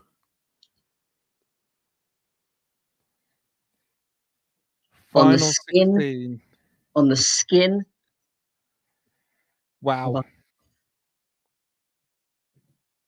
Wow. Let me hold on. I want to go and get my oximeter. Well, that's it, guys. We're through to the last 16. Aubameyang with 2 goals, Tierney with 1. The second half was a bit tenterhooky. Ceballos is to blame for their 2 goals. And if I'm being honest, it's that bad, is it? Yeah. I need to get my mother to measure my heart rate. Ceballos was to blame for their 2 goals. To be quite honest, had it not been for those mistakes, Benfica would never have scored. It's as simple as that. Because I don't see any chances or any chances that they've created. They didn't create any chances. It was all us with regards to creating chances. But Benfica needed us to make mistakes, and we made mistakes. That's how they got their goals.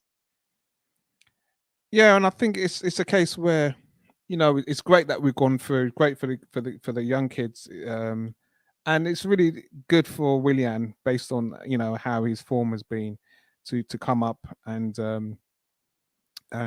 get that assist. But this is Arsenal. This is this team. They have these intangibles where they have the game. They've got control of the game, and they don't take the game in the scruff of the neck, and then they do foolishness and panic. Second half again. We're talking about the talk that Arteta would do in that situation about staying calm, not making mistakes. And then what was it? 10 minutes after the second half? Yeah. And you stop and you think, these are the things that were you not listening to the halftime talk? You made the error before in the first half, second half. So it's like, this is the team that we have, guys. We've got to. There's nothing guaranteed that we should win any trophy based on how this team is displaying football, but we're still in it, and anything can happen, and it's great. It could have been a whole different. It could have been a whole different story had Ceballos not given away those 2 chances. We could have been 3-0 up. We could have won this game 3-0. And Rangers are through. Yeah. So yeah, it's going to be interesting who we pick up, because this is the poor man's European trophy, and we're scraping through. So it's all good. It's all good. Progress. We've got the results. We've got the results, but it wasn't a very good performance. Well, actually, no. For the first half an hour, it was a good performance, and then we switched off, and then there was a lot of slack play in the middle. Greg says we should be resting players for this kind of fixture. Fighting tooth and nail in the last 32 in the second tier competition. Yeah, but again, you can't move away from this. This is Arteta's man management that has brought us to how we're having to dig out a result right here. Evening, Tony. We're missing you today, bro. What's up, how you Tony? doing? Tony, let us know how you felt. Let us know how you felt watching that. I love you, Arsenal. Yeah, I love you too, but sometimes your backside stinks.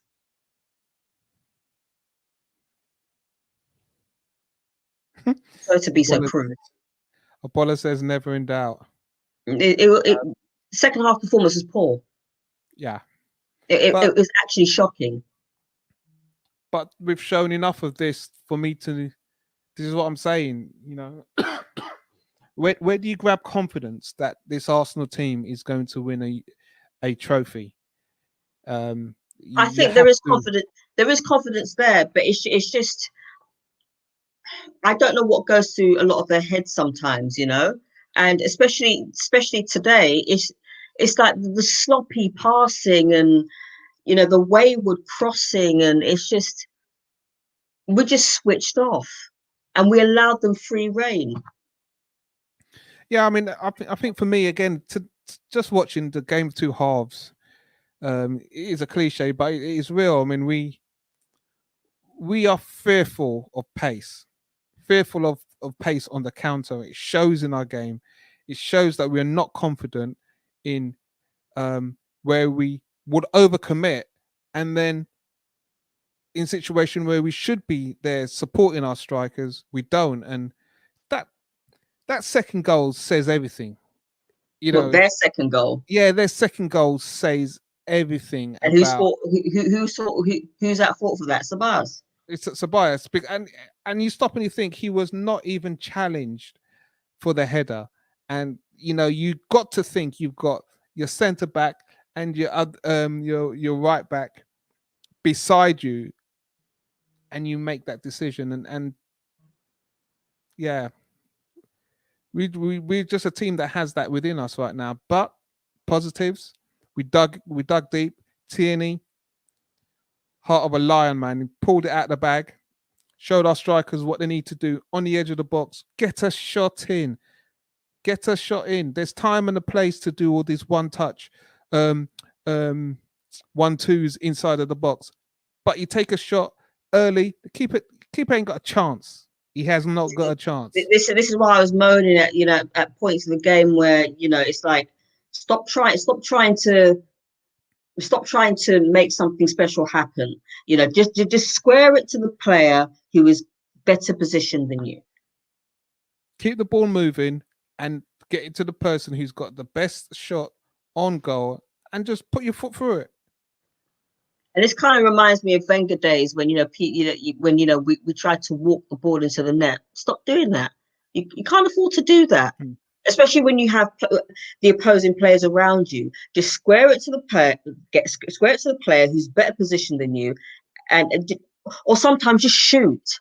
And the thing is, you've got to mix it up. And there's times where you've got to keep possession, and you've got to get it square, but you've got to get it square with pace. And sometimes you've got to bide our time. And we laud some of our great goals where we have about 600 touches, and then it's a flick into the goal, and it's the perfect goal. We've shown that we're capable of doing that, but consistently, we haven't. So all the possession stats that we have, you've got to ask how productive are they in the final third to make it happen. So, I just love Tierney's mindset and attitude where he's in that situation and he says, you know what, Rago, I'm taking it on myself.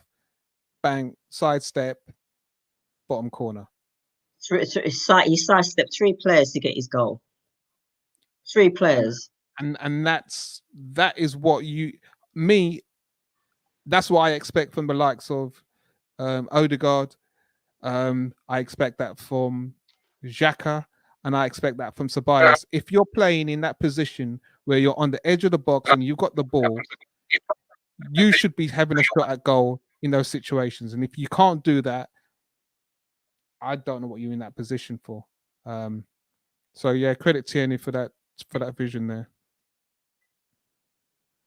Okay, says Aubameyang just sent a message to Bertram. Those who knock Aubameyang wonder who else would have got 2 goals to save the show. Yeah, I mean, you have to give it to Aubameyang. I mean, he did play well. I mean, he scored his goals today. He took 2 of his chances. In actual fact, he took all 3 chances. One of them was disallowed. And here's the thing. I mean, I think was it Cool K or Greg mentioned something that Aubameyang's the best striker that we've had since Henry. Aubameyang lives and dies on the offside line, and he's relying on somebody giving him an assist, a through ball, or picking up the ball, and the occasional shot from distance hits the back of the net. Today, Saka, 2 wonderful crosses. Aubameyang could, if Aubameyang was switched on more, he'd be and more of a clinical striker. You'd be surprised. It'd be shocking. His goal, he should break Ori's record at Arsenal with the amount of chances that he has. But it's good for his confidence. At the end of the day, he's 2 games previously he scored a hat trick. So he looks like he's getting back to his form, and 2 tonight got us through. So you can't knock it. No, you can't knock it. But at the end of the day, I mean, he should be doing better than he's doing now. But at the same time, we're grateful, that when he does score his goals, I mean, we're happy for him. But as you say, he should be more clinical. Yeah. And that goes to the rest of our team, really. Apollo says No, go on, finish. Now, I was going to say that our next game is against Leicester, and we can't afford to be playing this sloppily. Yeah, we've got to move that ball intelligently. Apollo was saying, since the start of last season, no player has provided more assists in the Europa League than Saka. 8. He's our saviour. And that's why he's first name from an Arsenal player in my dream team, because the guy's a Don and I believe in him. Kirk says, for me, Tierney should be made captain from the start in next season. I agree. Greg says 19-year-old Saka is already the best player at the club and he's carrying us every match. What a player. Totally agree. Why we need to invest in our youth. Yeah. Last season showed me so much that, a young Saka under Emery can emerge in that fashion. Speaks volumes. And even after the season that Pepe had. 18 says Saka has been gold. He's been above gold. Was it platinum? What's above gold? Platinum? I think it is. Actually, no. Yeah, it is, isn't it? Yeah. Apollo says Benfica had 4 shots total on target in both legs. Benfica in this game, especially the first half, and in the entire, as far as I'm concerned, the first game, all they did was counter. That's all they did. But then they actually came into their own late in the second half. In this game, they came into their own in the second half. They started to play a little bit more. But like I said, Benfica relied on our mistakes, which is why I feel they counted, because they just we could see that we were going to make mistakes. But that is the blueprint to beat Arsenal. If you've got the pace, hassle them, and keep the ball moving. We can't keep up. We are fearful of pace. So if you haven't got pace in your team, what do? You just sit back until we're going to lose the ball, and then you take your chances on the counter. Simple blueprint. Apollo says, once we went 1-0 up tonight, we're asking for trouble with how negative we became, because we basically we're trying to defend the 1-0 lead. That's on Arteta, as I can only presume that's part of his tactics. When you're 1-0 up and it's 21 minutes gone, 22 minutes gone, you cannot afford to defend a 1-0 lead. You have to keep going forward. And that's what we're doing. Hence the reason why Benfica got into the game, and then Sabas now decides to make a mistake. They score a wonder goal from a free kick. And then even then, we were going backwards, sideways, backwards. It's like you want to stay in this competition, you've got to keep going forward, and you've got to take your chances, and you've got to shoot at when it's necessary. But we weren't doing that. Second half. Oh, bless you, Apollo.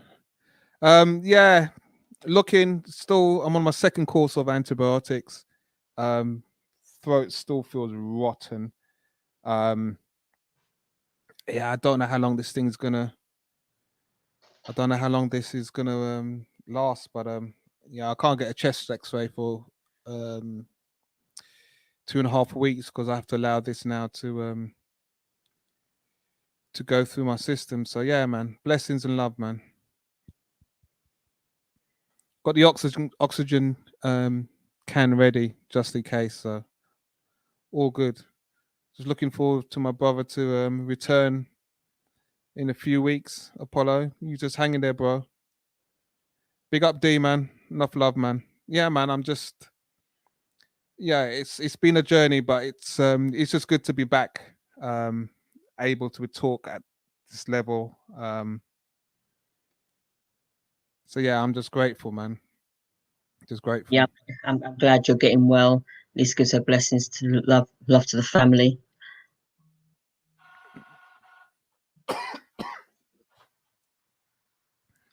Apollo, get well soon. Yes, Apollo, you get well soon yourself. Yeah, guys, man, this COVID thing is a nonsense, man. You don't want none of it, man. So, look after yourselves. Government says wash your hands for 20 seconds. Wash your hands for about 5-10 minutes, man. Overkill it, man. Just do what you need to do. You just don't want this virus at any level at all. Yeah, just grateful, man. Definitely. Right, I'm just making a little bit of a change right now. So I take it we're going to do player ratings. Should we do player ratings? Yeah, let's do it. And guys and girls in the chat, if you want to contribute to the player ratings, please leave your ratings in the comments section. Tony, you going to jump in for player ratings? Yep. Get everybody for player ratings. Apollo, everybody else, please get in your ratings. You want to go first? We'll let Apollo go through. Okay. And get it. Yeah, we're going to do player ratings shortly. Do manager ratings as well, and yeah. And if anybody wants to do our ref ratings, please do so.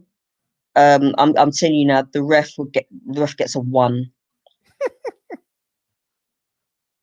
Seriously, gets a 1. He was in control of VAR tonight, man. He was terrible. Man. He was awful. Where he should have given free kicks, he didn't. I mean,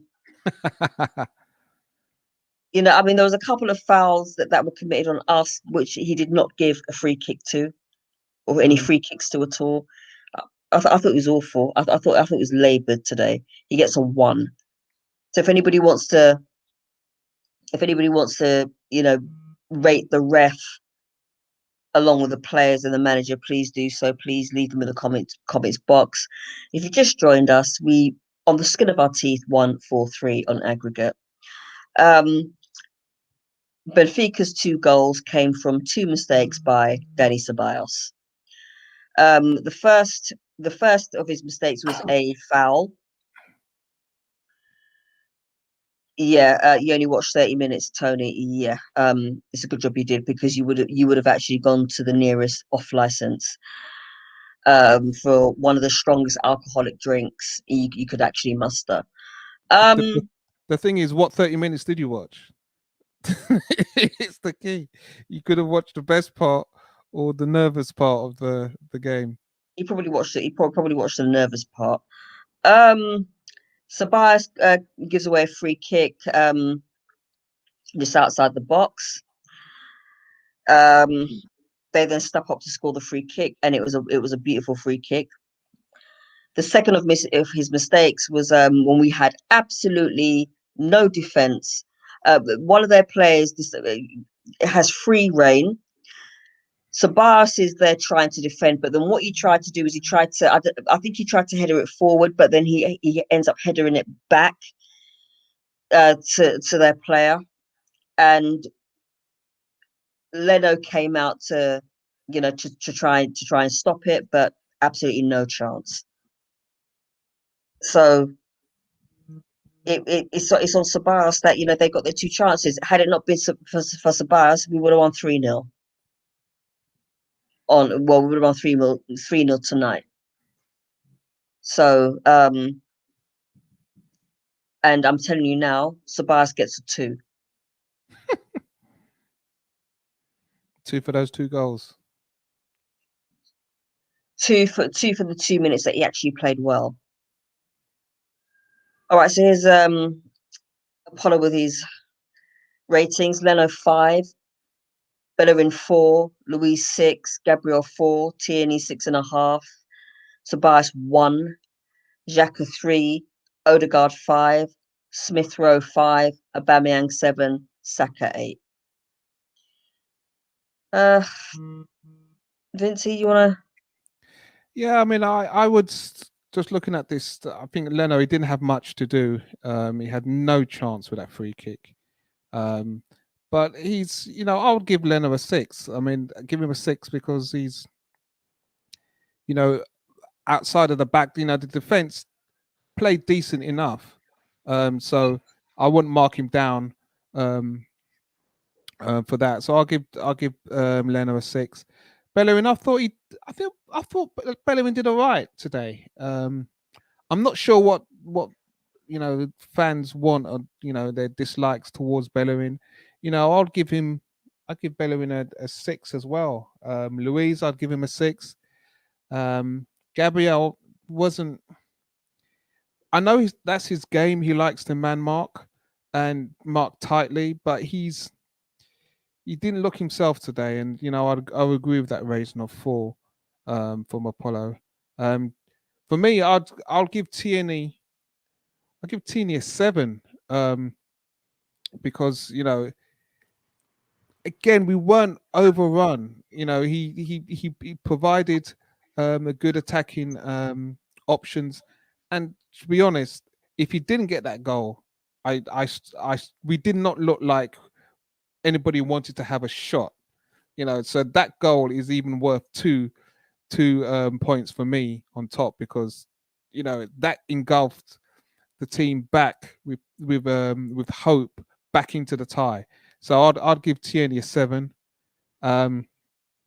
Ceballos, and here's the thing, for me, he was so integral in the first half, linking up play, good spraying of passing, and then moment of foolishness in towards the end of the half. I mean, the foul. Anybody can give a foul.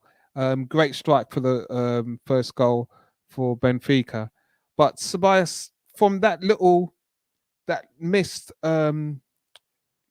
sky pass just before the half in the first half, and in second half he was just poor. So I'd give him. I'll give Ceballos a 2, to be honest. And that marking down is because of his second half performance, because he was so good first half. Xhaka, I'd give Xhaka a 6. I thought he kept the ball moving well, kept it tidy, kept it organized. A Xhaka performance, he wasn't box to box, which would give him a 7 or 8. He didn't score, which will give him 78. So he did what he needed to do in midfield. And Odegaard, for me, nice touches in the first half, kept the ball moving well. But he's got this thing where he likes to show off his ability with dribbling the ball and touch. And sometimes he just needs to keep the ball moving because it holds down play. So I'll give Odegaard. I kind of agree with Apollo there with the rating of 5. Smith Rowe, it's an interesting one because he didn't really set the game alight, or he didn't really play his natural game. So I think he played within himself today. So yeah, I kind of agree with the rating of 5 today. Aubameyang, well, he scored 2 goals. He scored 2 goals. Yeah, I kind of give him a 7 for the 2 goals. It wasn't. It's not like he had. Well, he did have one chance where he early on in the first half where he put it wide. So yeah, 7 is a very good rating for him today. And yes, I'd agree with Saka as the man of the match and with his rating of 8. This guy, how old is he? 19? 19, and he's consistently playing minutes this season, and he's performing. He's holding the team together, and you stop and you think he's on the left. We spent a lot of money for Pepe. Pepe did the business last season, and Saka did the business last season, but on the left. This guy is now on the right, and he is causing teams problems. This guy is the future for us. And Arteta's got to kind of manage him this season because his minutes are going to be concerning for a young player, but we can't rely without him. So, man of the match, great performance from Saka.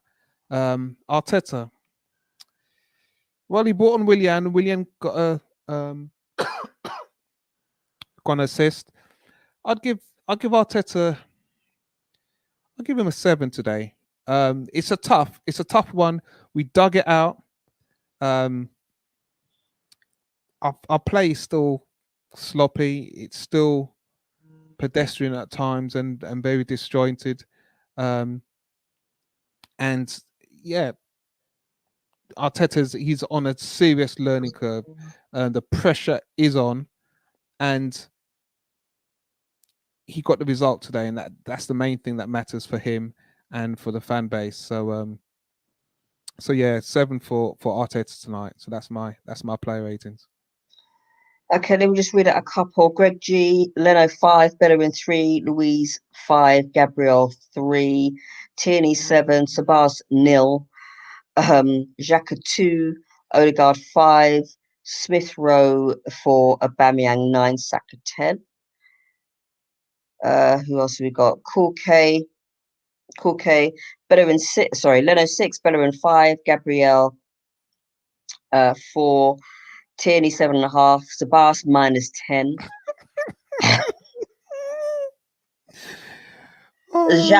Xhaka 3, Odegaard 6, Smith Rowe 4, Aubameyang 8, Saka 8.5. Tony Pepe he didn't come on today. Let me see if we've got any more player ratings. No. All right, let me give you mine. Leno, I'd give a 6. He wasn't at fault for either goal. Not a lot he could do about the free kick, because that, nobody could have saved that. Not even Martinez could have saved that. As for their second goal, I guess he could have done a little bit better by staying back for their second goal. But yeah, I give him. But when he had to make saves, he did. His distribution is a little bit better, but there were some couple of points in his game, as always. He was a bit indecisive, so I give him a 6. Bellerin, he was okay. Better going forward than defensive. I give him a 5. Louise, I thought a little bit too backwards, sideways for me today. I give him a 5. Gabriel, wasn't at the races fully today. not quite sure, why he was not on top of his game. Maybe he's lethargy, I don't know. But he did. There were points where he made some good interceptions. I give him a 5. Tierney, best out of the whole bunch, took his goal well. For the most part, his crossings were on point. I give him a 7. Ceballos, I did give him a 2, didn't I? Well, I'm changing it to a 0. Absolutely dreadful. Yeah, for the first, I don't know, 10 minutes of the first half, he was on point. He's making those passes, but then, 2 mistakes, one in either half, gifted their goals. If it wasn't for him, we would have won 3-0 tonight. He gets a 0. Xhaka, yeah, he tried, with his long range kicks. Give him a 6. Odegaard, he was a passenger. Didn't really make any great passes. Didn't really do a lot. I give him a 3. Smith Rowe had a quiet game, but otherwise, he linked up well with Saka. I give him a 6. Aubameyang took his goals well. I give him a 7. Saka, 2 great assists.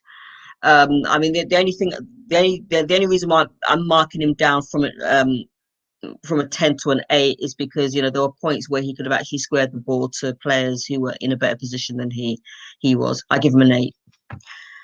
The ref, 1. Should have actually given some free kicks when we were fouled. Didn't. So he gets a 1. Arteta,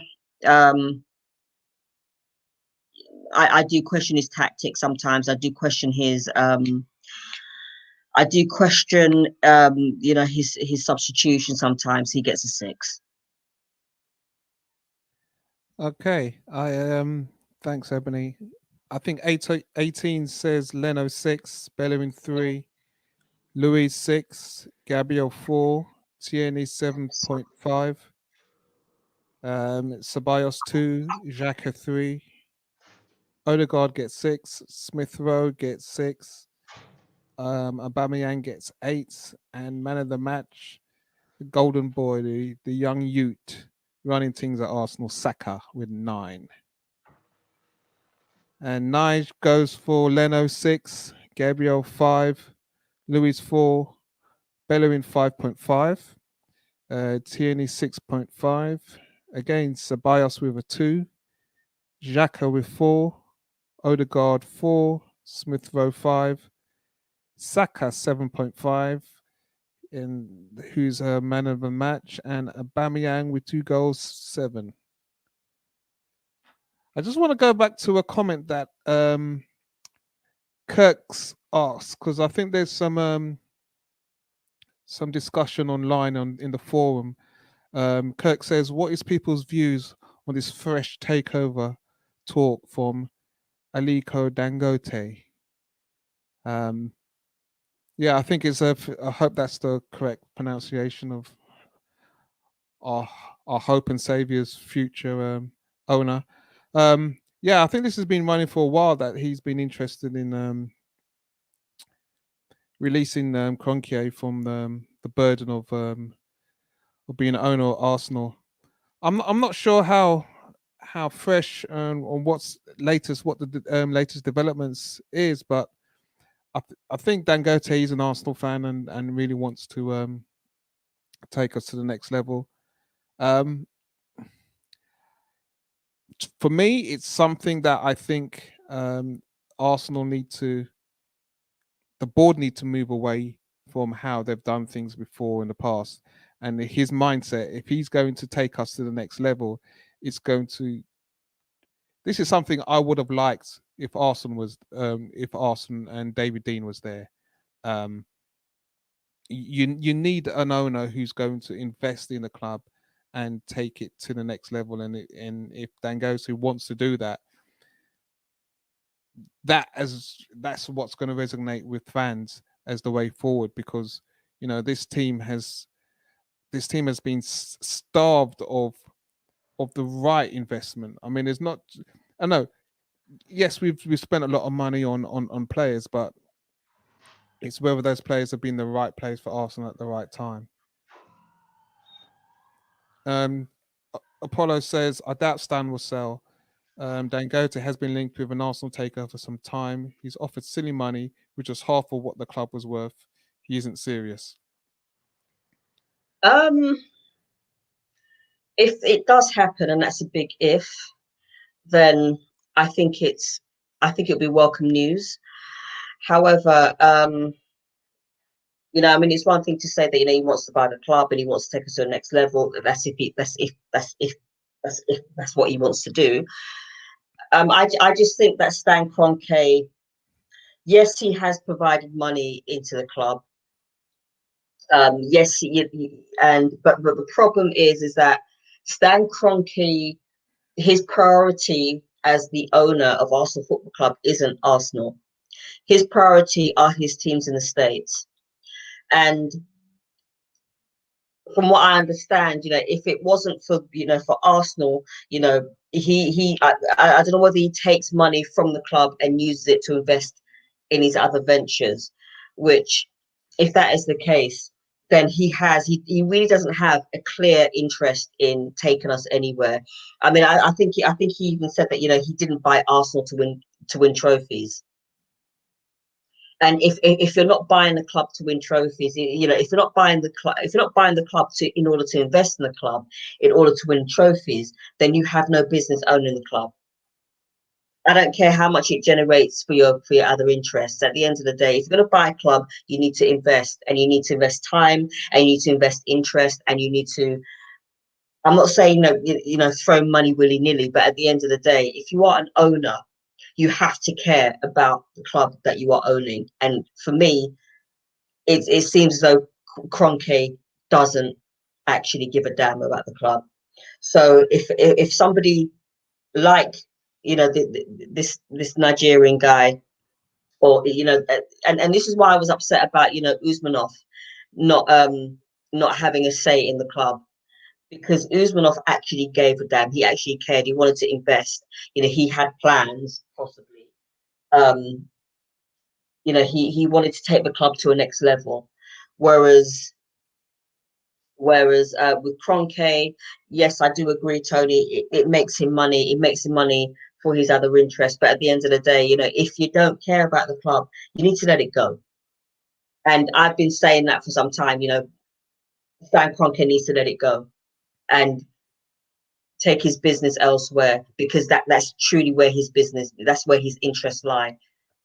Arsenal is a cash cow for him, so therefore, he doesn't really care. All he cares about is how much money the club generates, and that is it. So, anybody, with an interest in Arsenal taking it to a next level, it's welcome news for me. So what does that say to you about the rest of the board members and those who own shares who are sitting pretty on currently how things are being run? Because they can see what's going on the pitch. They can see what Arsene did under the restrictions and dismantling of a Champions League final team to what we have now. They've seen it. They've sit down there and they're enjoying the financial rewards of their shares. I mean, what's that say about them? Well, I mean, the fact that Kroenke has actually bought all of those shares now, so he is 100% owner. So, I don't know whether those now ex-shareholders who've had to, sell their shares to him, I don't know whether they're actually sitting pretty and counting their pennies, or they themselves have a vested interest in the club, even though they have no more, they no longer have any shares. If they are sitting pretty and counting their money, and that is about it, then it says a lot about them, really. It's for me, it says, well, all they were interested in was making money out of the club, and they have no interest. If that's the case. If they do have a vested interest, although they sold their shares, then they need to speak up and say, well, I mean, what's the worst that can happen to them? What is the worst that can happen if they express an opinion? Apollo's just saying here, Walmart money is deep. Stan is not selling Arsenal. money is not an issue for him. He's never going to sell unless you offer him twice more than the worth, about 3.5 billion. And I think Tony's mentioned several times that there is no board. I think Apollo said previously, Stan and Walton combined, they're worth over 17 billion US. And Anne's three cousins are worth about 200 billion total, and they're the 17th, 18th, and 19th richest people in the world. So they don't need to sell. I repeat, there is no board. It's just Yeah. him. It is literally Stan Kroenke, and Stan Kroenke is the sole owner now. So, you know, but clearly there is a problem with the club, and one problem, well, at least one problem, and that is Stan Kroenke. He doesn't care. As long as Arsenal make money, and as long as he can use that money for his interest in the States, he doesn't care. So Apollo's saying, Vinci and Ebony, the board isn't the problem. They've given us 221 million in the last 2 summers to spend. We get money, is what we're doing with it. It's the problem. And we have contracts like of Willian. And this is why I questioned it at the start, because in 2 seasons you've got the likes of Lacazette leaving, and now we've had to go and give Aubameyang a huge contract. You know, how is this team going to rebuild? How long is it going to take this team to rebuild? We've got a manager who's stumbled on youth, quality youth, but he's got some serious. He's got some older players who are not performing. How are we going to reshape? It's going to be interesting times, testing times for fans, I think, because you know we've been spoiled with top 4 and runs in the Europa League, Champions League, blowouts in the last 16 quarterfinals. But you know, we at a stage now we're rebuilding, and we need to rebuild, and we need to have youth. So it's interesting times.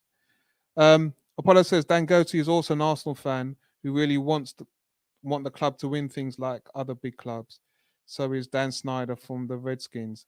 Look how that turned out. Being a fan-owned team doesn't mean a thing.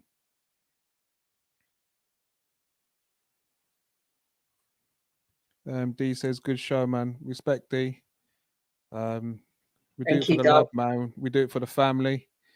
In the chat and on Facebook 101. So, you know, you guys keep us doing this. And as I say, big up to Apollo for keeping this going. Yes, big up Apollo. Get well soon. Draw will take place tomorrow.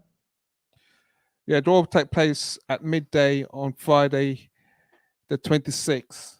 And I wonder who's going to be the first person who's going to actually get the fixtures for the next one out. I wonder who's going to be the first person to post it on the group. It's normally Michelle. She's normally hot on it. The challenge is on. Well, I'm hoping that we avoid. In actual fact, I don't even care who we get. I really don't care who we get as long as we win. I really don't care who we get. Do you know what? I actually want us to get Villarreal. I want us. Emery.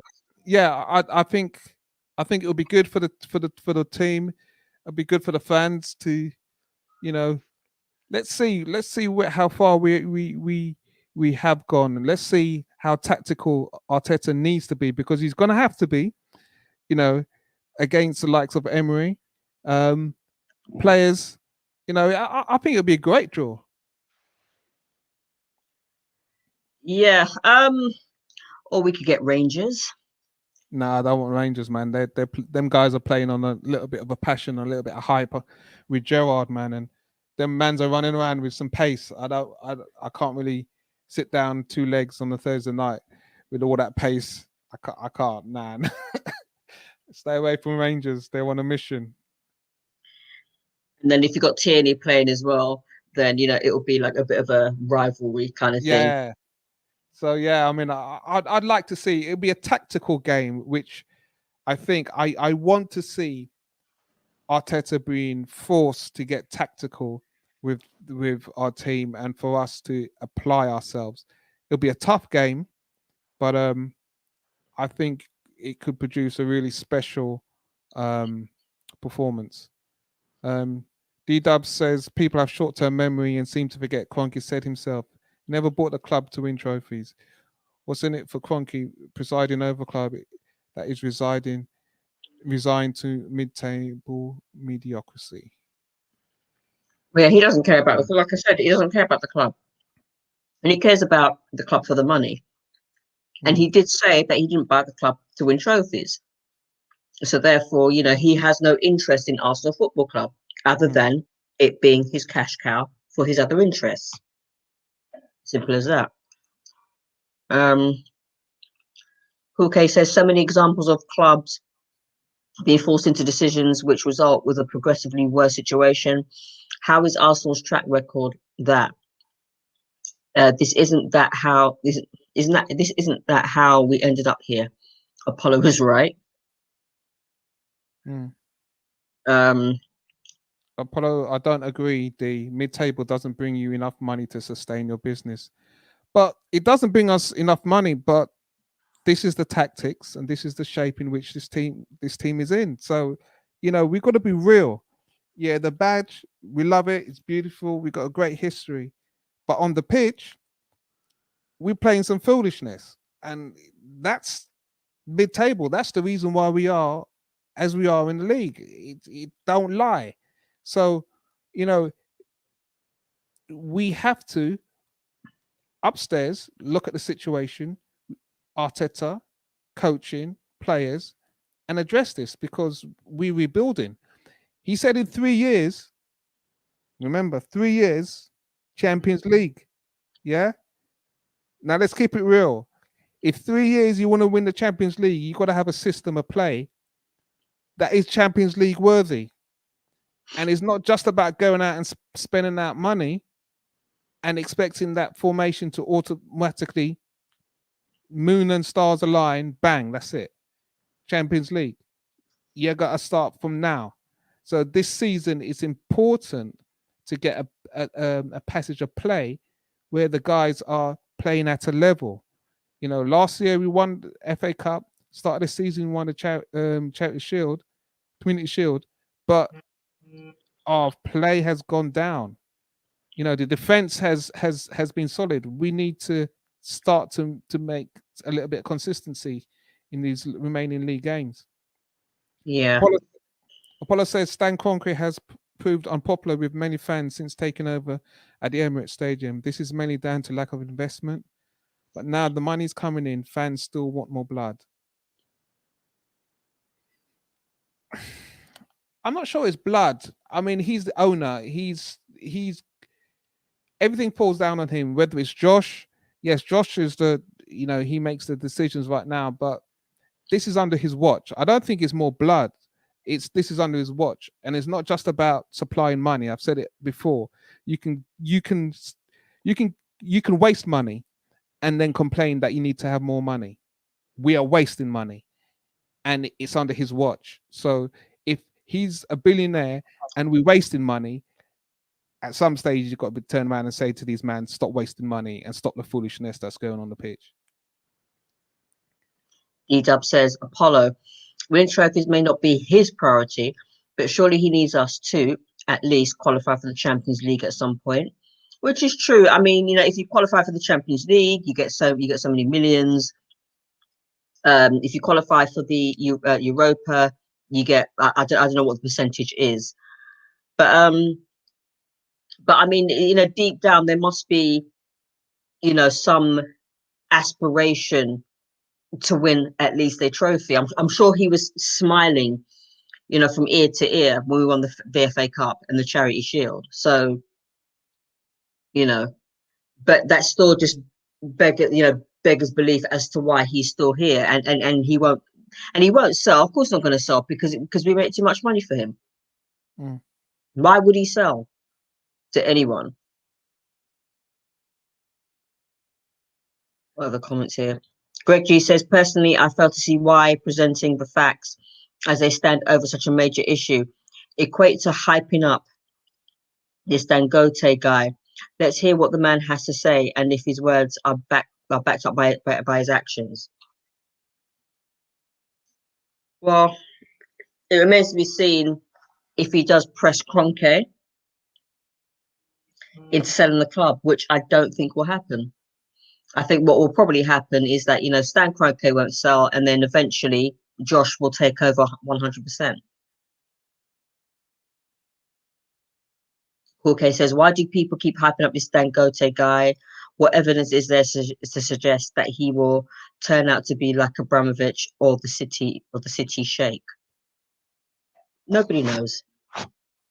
I mean, if he does care and he wants to see us progress and he has ambition for the club, then we need to see. He needs to prove that. But then I don't know. I don't know.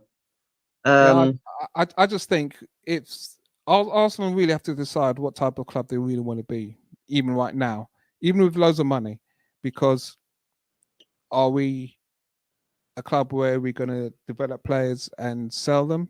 Because we've always done that, but we have the opportunity to get talent, nurture talent, and be productive on the pitch with young talent.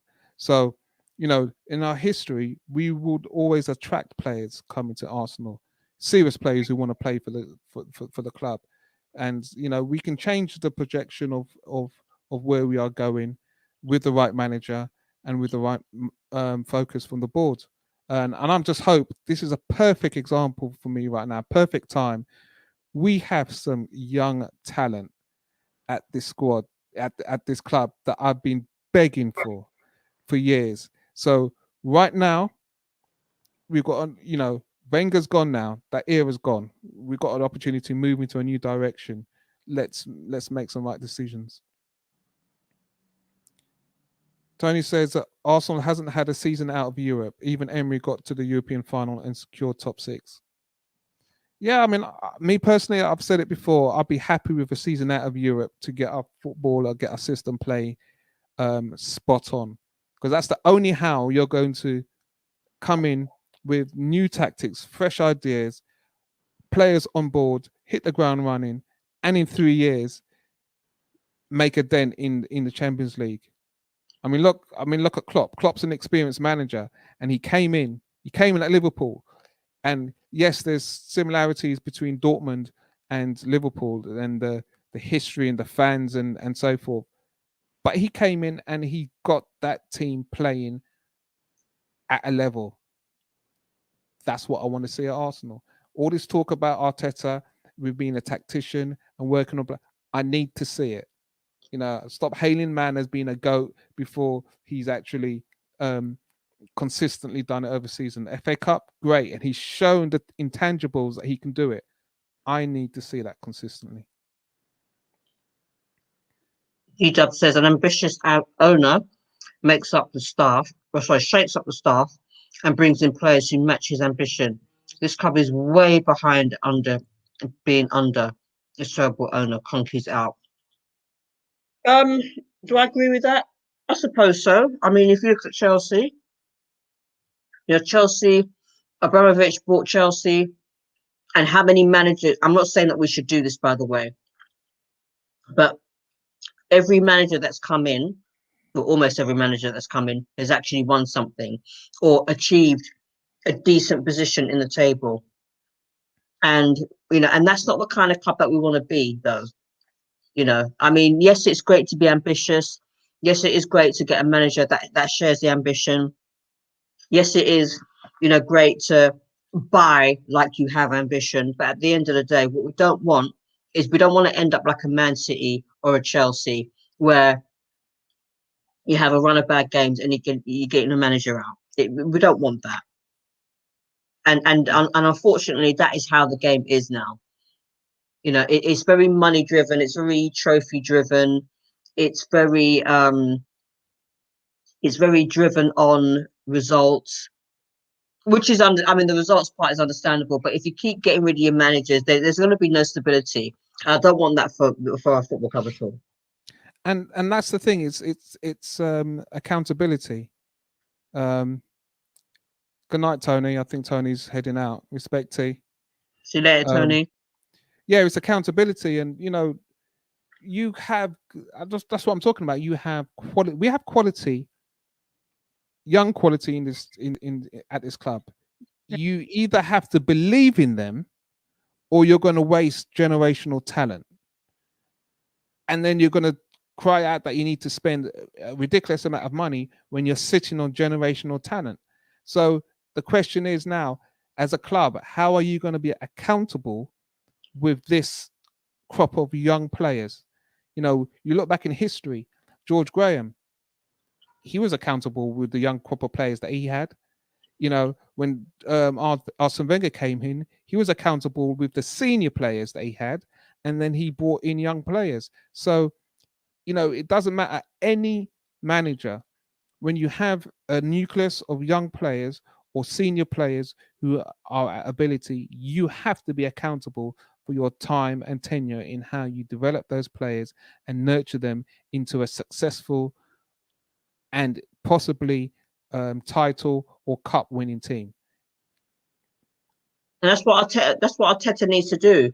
I mean, I don't know whether he's not playing certain young players because they're not his players, but he's a manager, and if he wants to look into the future, and he wants to start winning things, and he wants to invest some time in the team, he has to look at the young players now. He has to look at the likes of Ainsley, Eddie Nketiah, Reece Nelson, Joe Willock. Three of those have gone out on loan. I'm hoping that they will be brought back into the fold, and he can actually see that how they've developed and implement those players into the game. He needs to start playing Martinelli. He needs to start playing Saliba, because the likes of David Luiz and Willian, they cannot, and Xhaka, because Xhaka's what 30. They're not going to go on forever. So Arteta needs to start believing in these young players now, because what looks like may happen is that he'll sell those young players, and they will come back, and it will come back to bite us on the backside later on. So if he's thinking about the future, he needs to look at those young players, and he needs to start developing them now, and he needs to drop some of the older players to allow these players to develop and and stop stunting their growth. Because it's not Willian that's stunting anyone's growth. It's actually the manager that keeps picking him that is stunting the development of the young players. And that's what people need to understand. No, I hear you. Cool K says we can't play like that again in the next round, especially if we get an English team. If we get an English team, we'll get knocked out without question playing like that. So Apollo says, I feel so sorry for Benfica fans. Gross mismanagement at board level is just staggering. A few years ago, they had some talented youngsters that every top club in the world would have killed for. And that's what I'm saying. This is, we bemoan Kroenke and you say, okay, well, he's thrown money, but owners have a lot of responsibilities. You stop and you kill a crop of young players. And as I'm saying, accountability, that will stunt the growth of that club for a good 6 to 8 years and before you recover, unless you have a cash injection. Cool K says, I'll be honest with you, if we get Tottenham or Man U in the next round, then I think we'll get put in a Rizla and smirk out this competition. Oh, Papa. If Tottenham beat us, we won't hear the end of it. which they won't. Listen, guys. Which they won't. Sometimes we have to recognize that they have players, and they've got experienced players now that can hurt us. We've got to tactically be aware and astute in the games, because we're just not at that level yet. And again, they've come down from the Champions League, so they'll probably should be favourites. But we can still hold our own and get something out of a game against Spurs, definitely.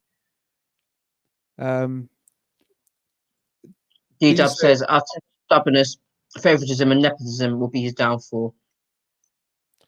Maybe. I hope not. I mean, everyone's got to learn. Every young manager's got to learn and make mistakes. And I know he loves the club. I just say that I'm seriously, I just think he's very fortunate that this season is happening with fans behind at home, because I don't think it'd be pleasant if fans were in the ground watching what's going on. Okay, closing comments. You want to go first on that, Tony? Well, I just think it was I think it was a hard fought game. Arsenal pulled it out the bag. Again, great performance by Saka. It's encouraging. It should warm every Arsenal fan's heart. And it's just great to see Aubameyang in the goals. He looks interested. He was making those runs off the defender. And the key thing is that we had passes and players looking for those runs. So there was progress attacking wise. Still a lot of sloppiness going on in midfield, and we got out of jail tonight. So happy days at the end of the day. My closing comment. I'm glad for the win. I'm glad that we played well for the first half an hour, but we slacked off.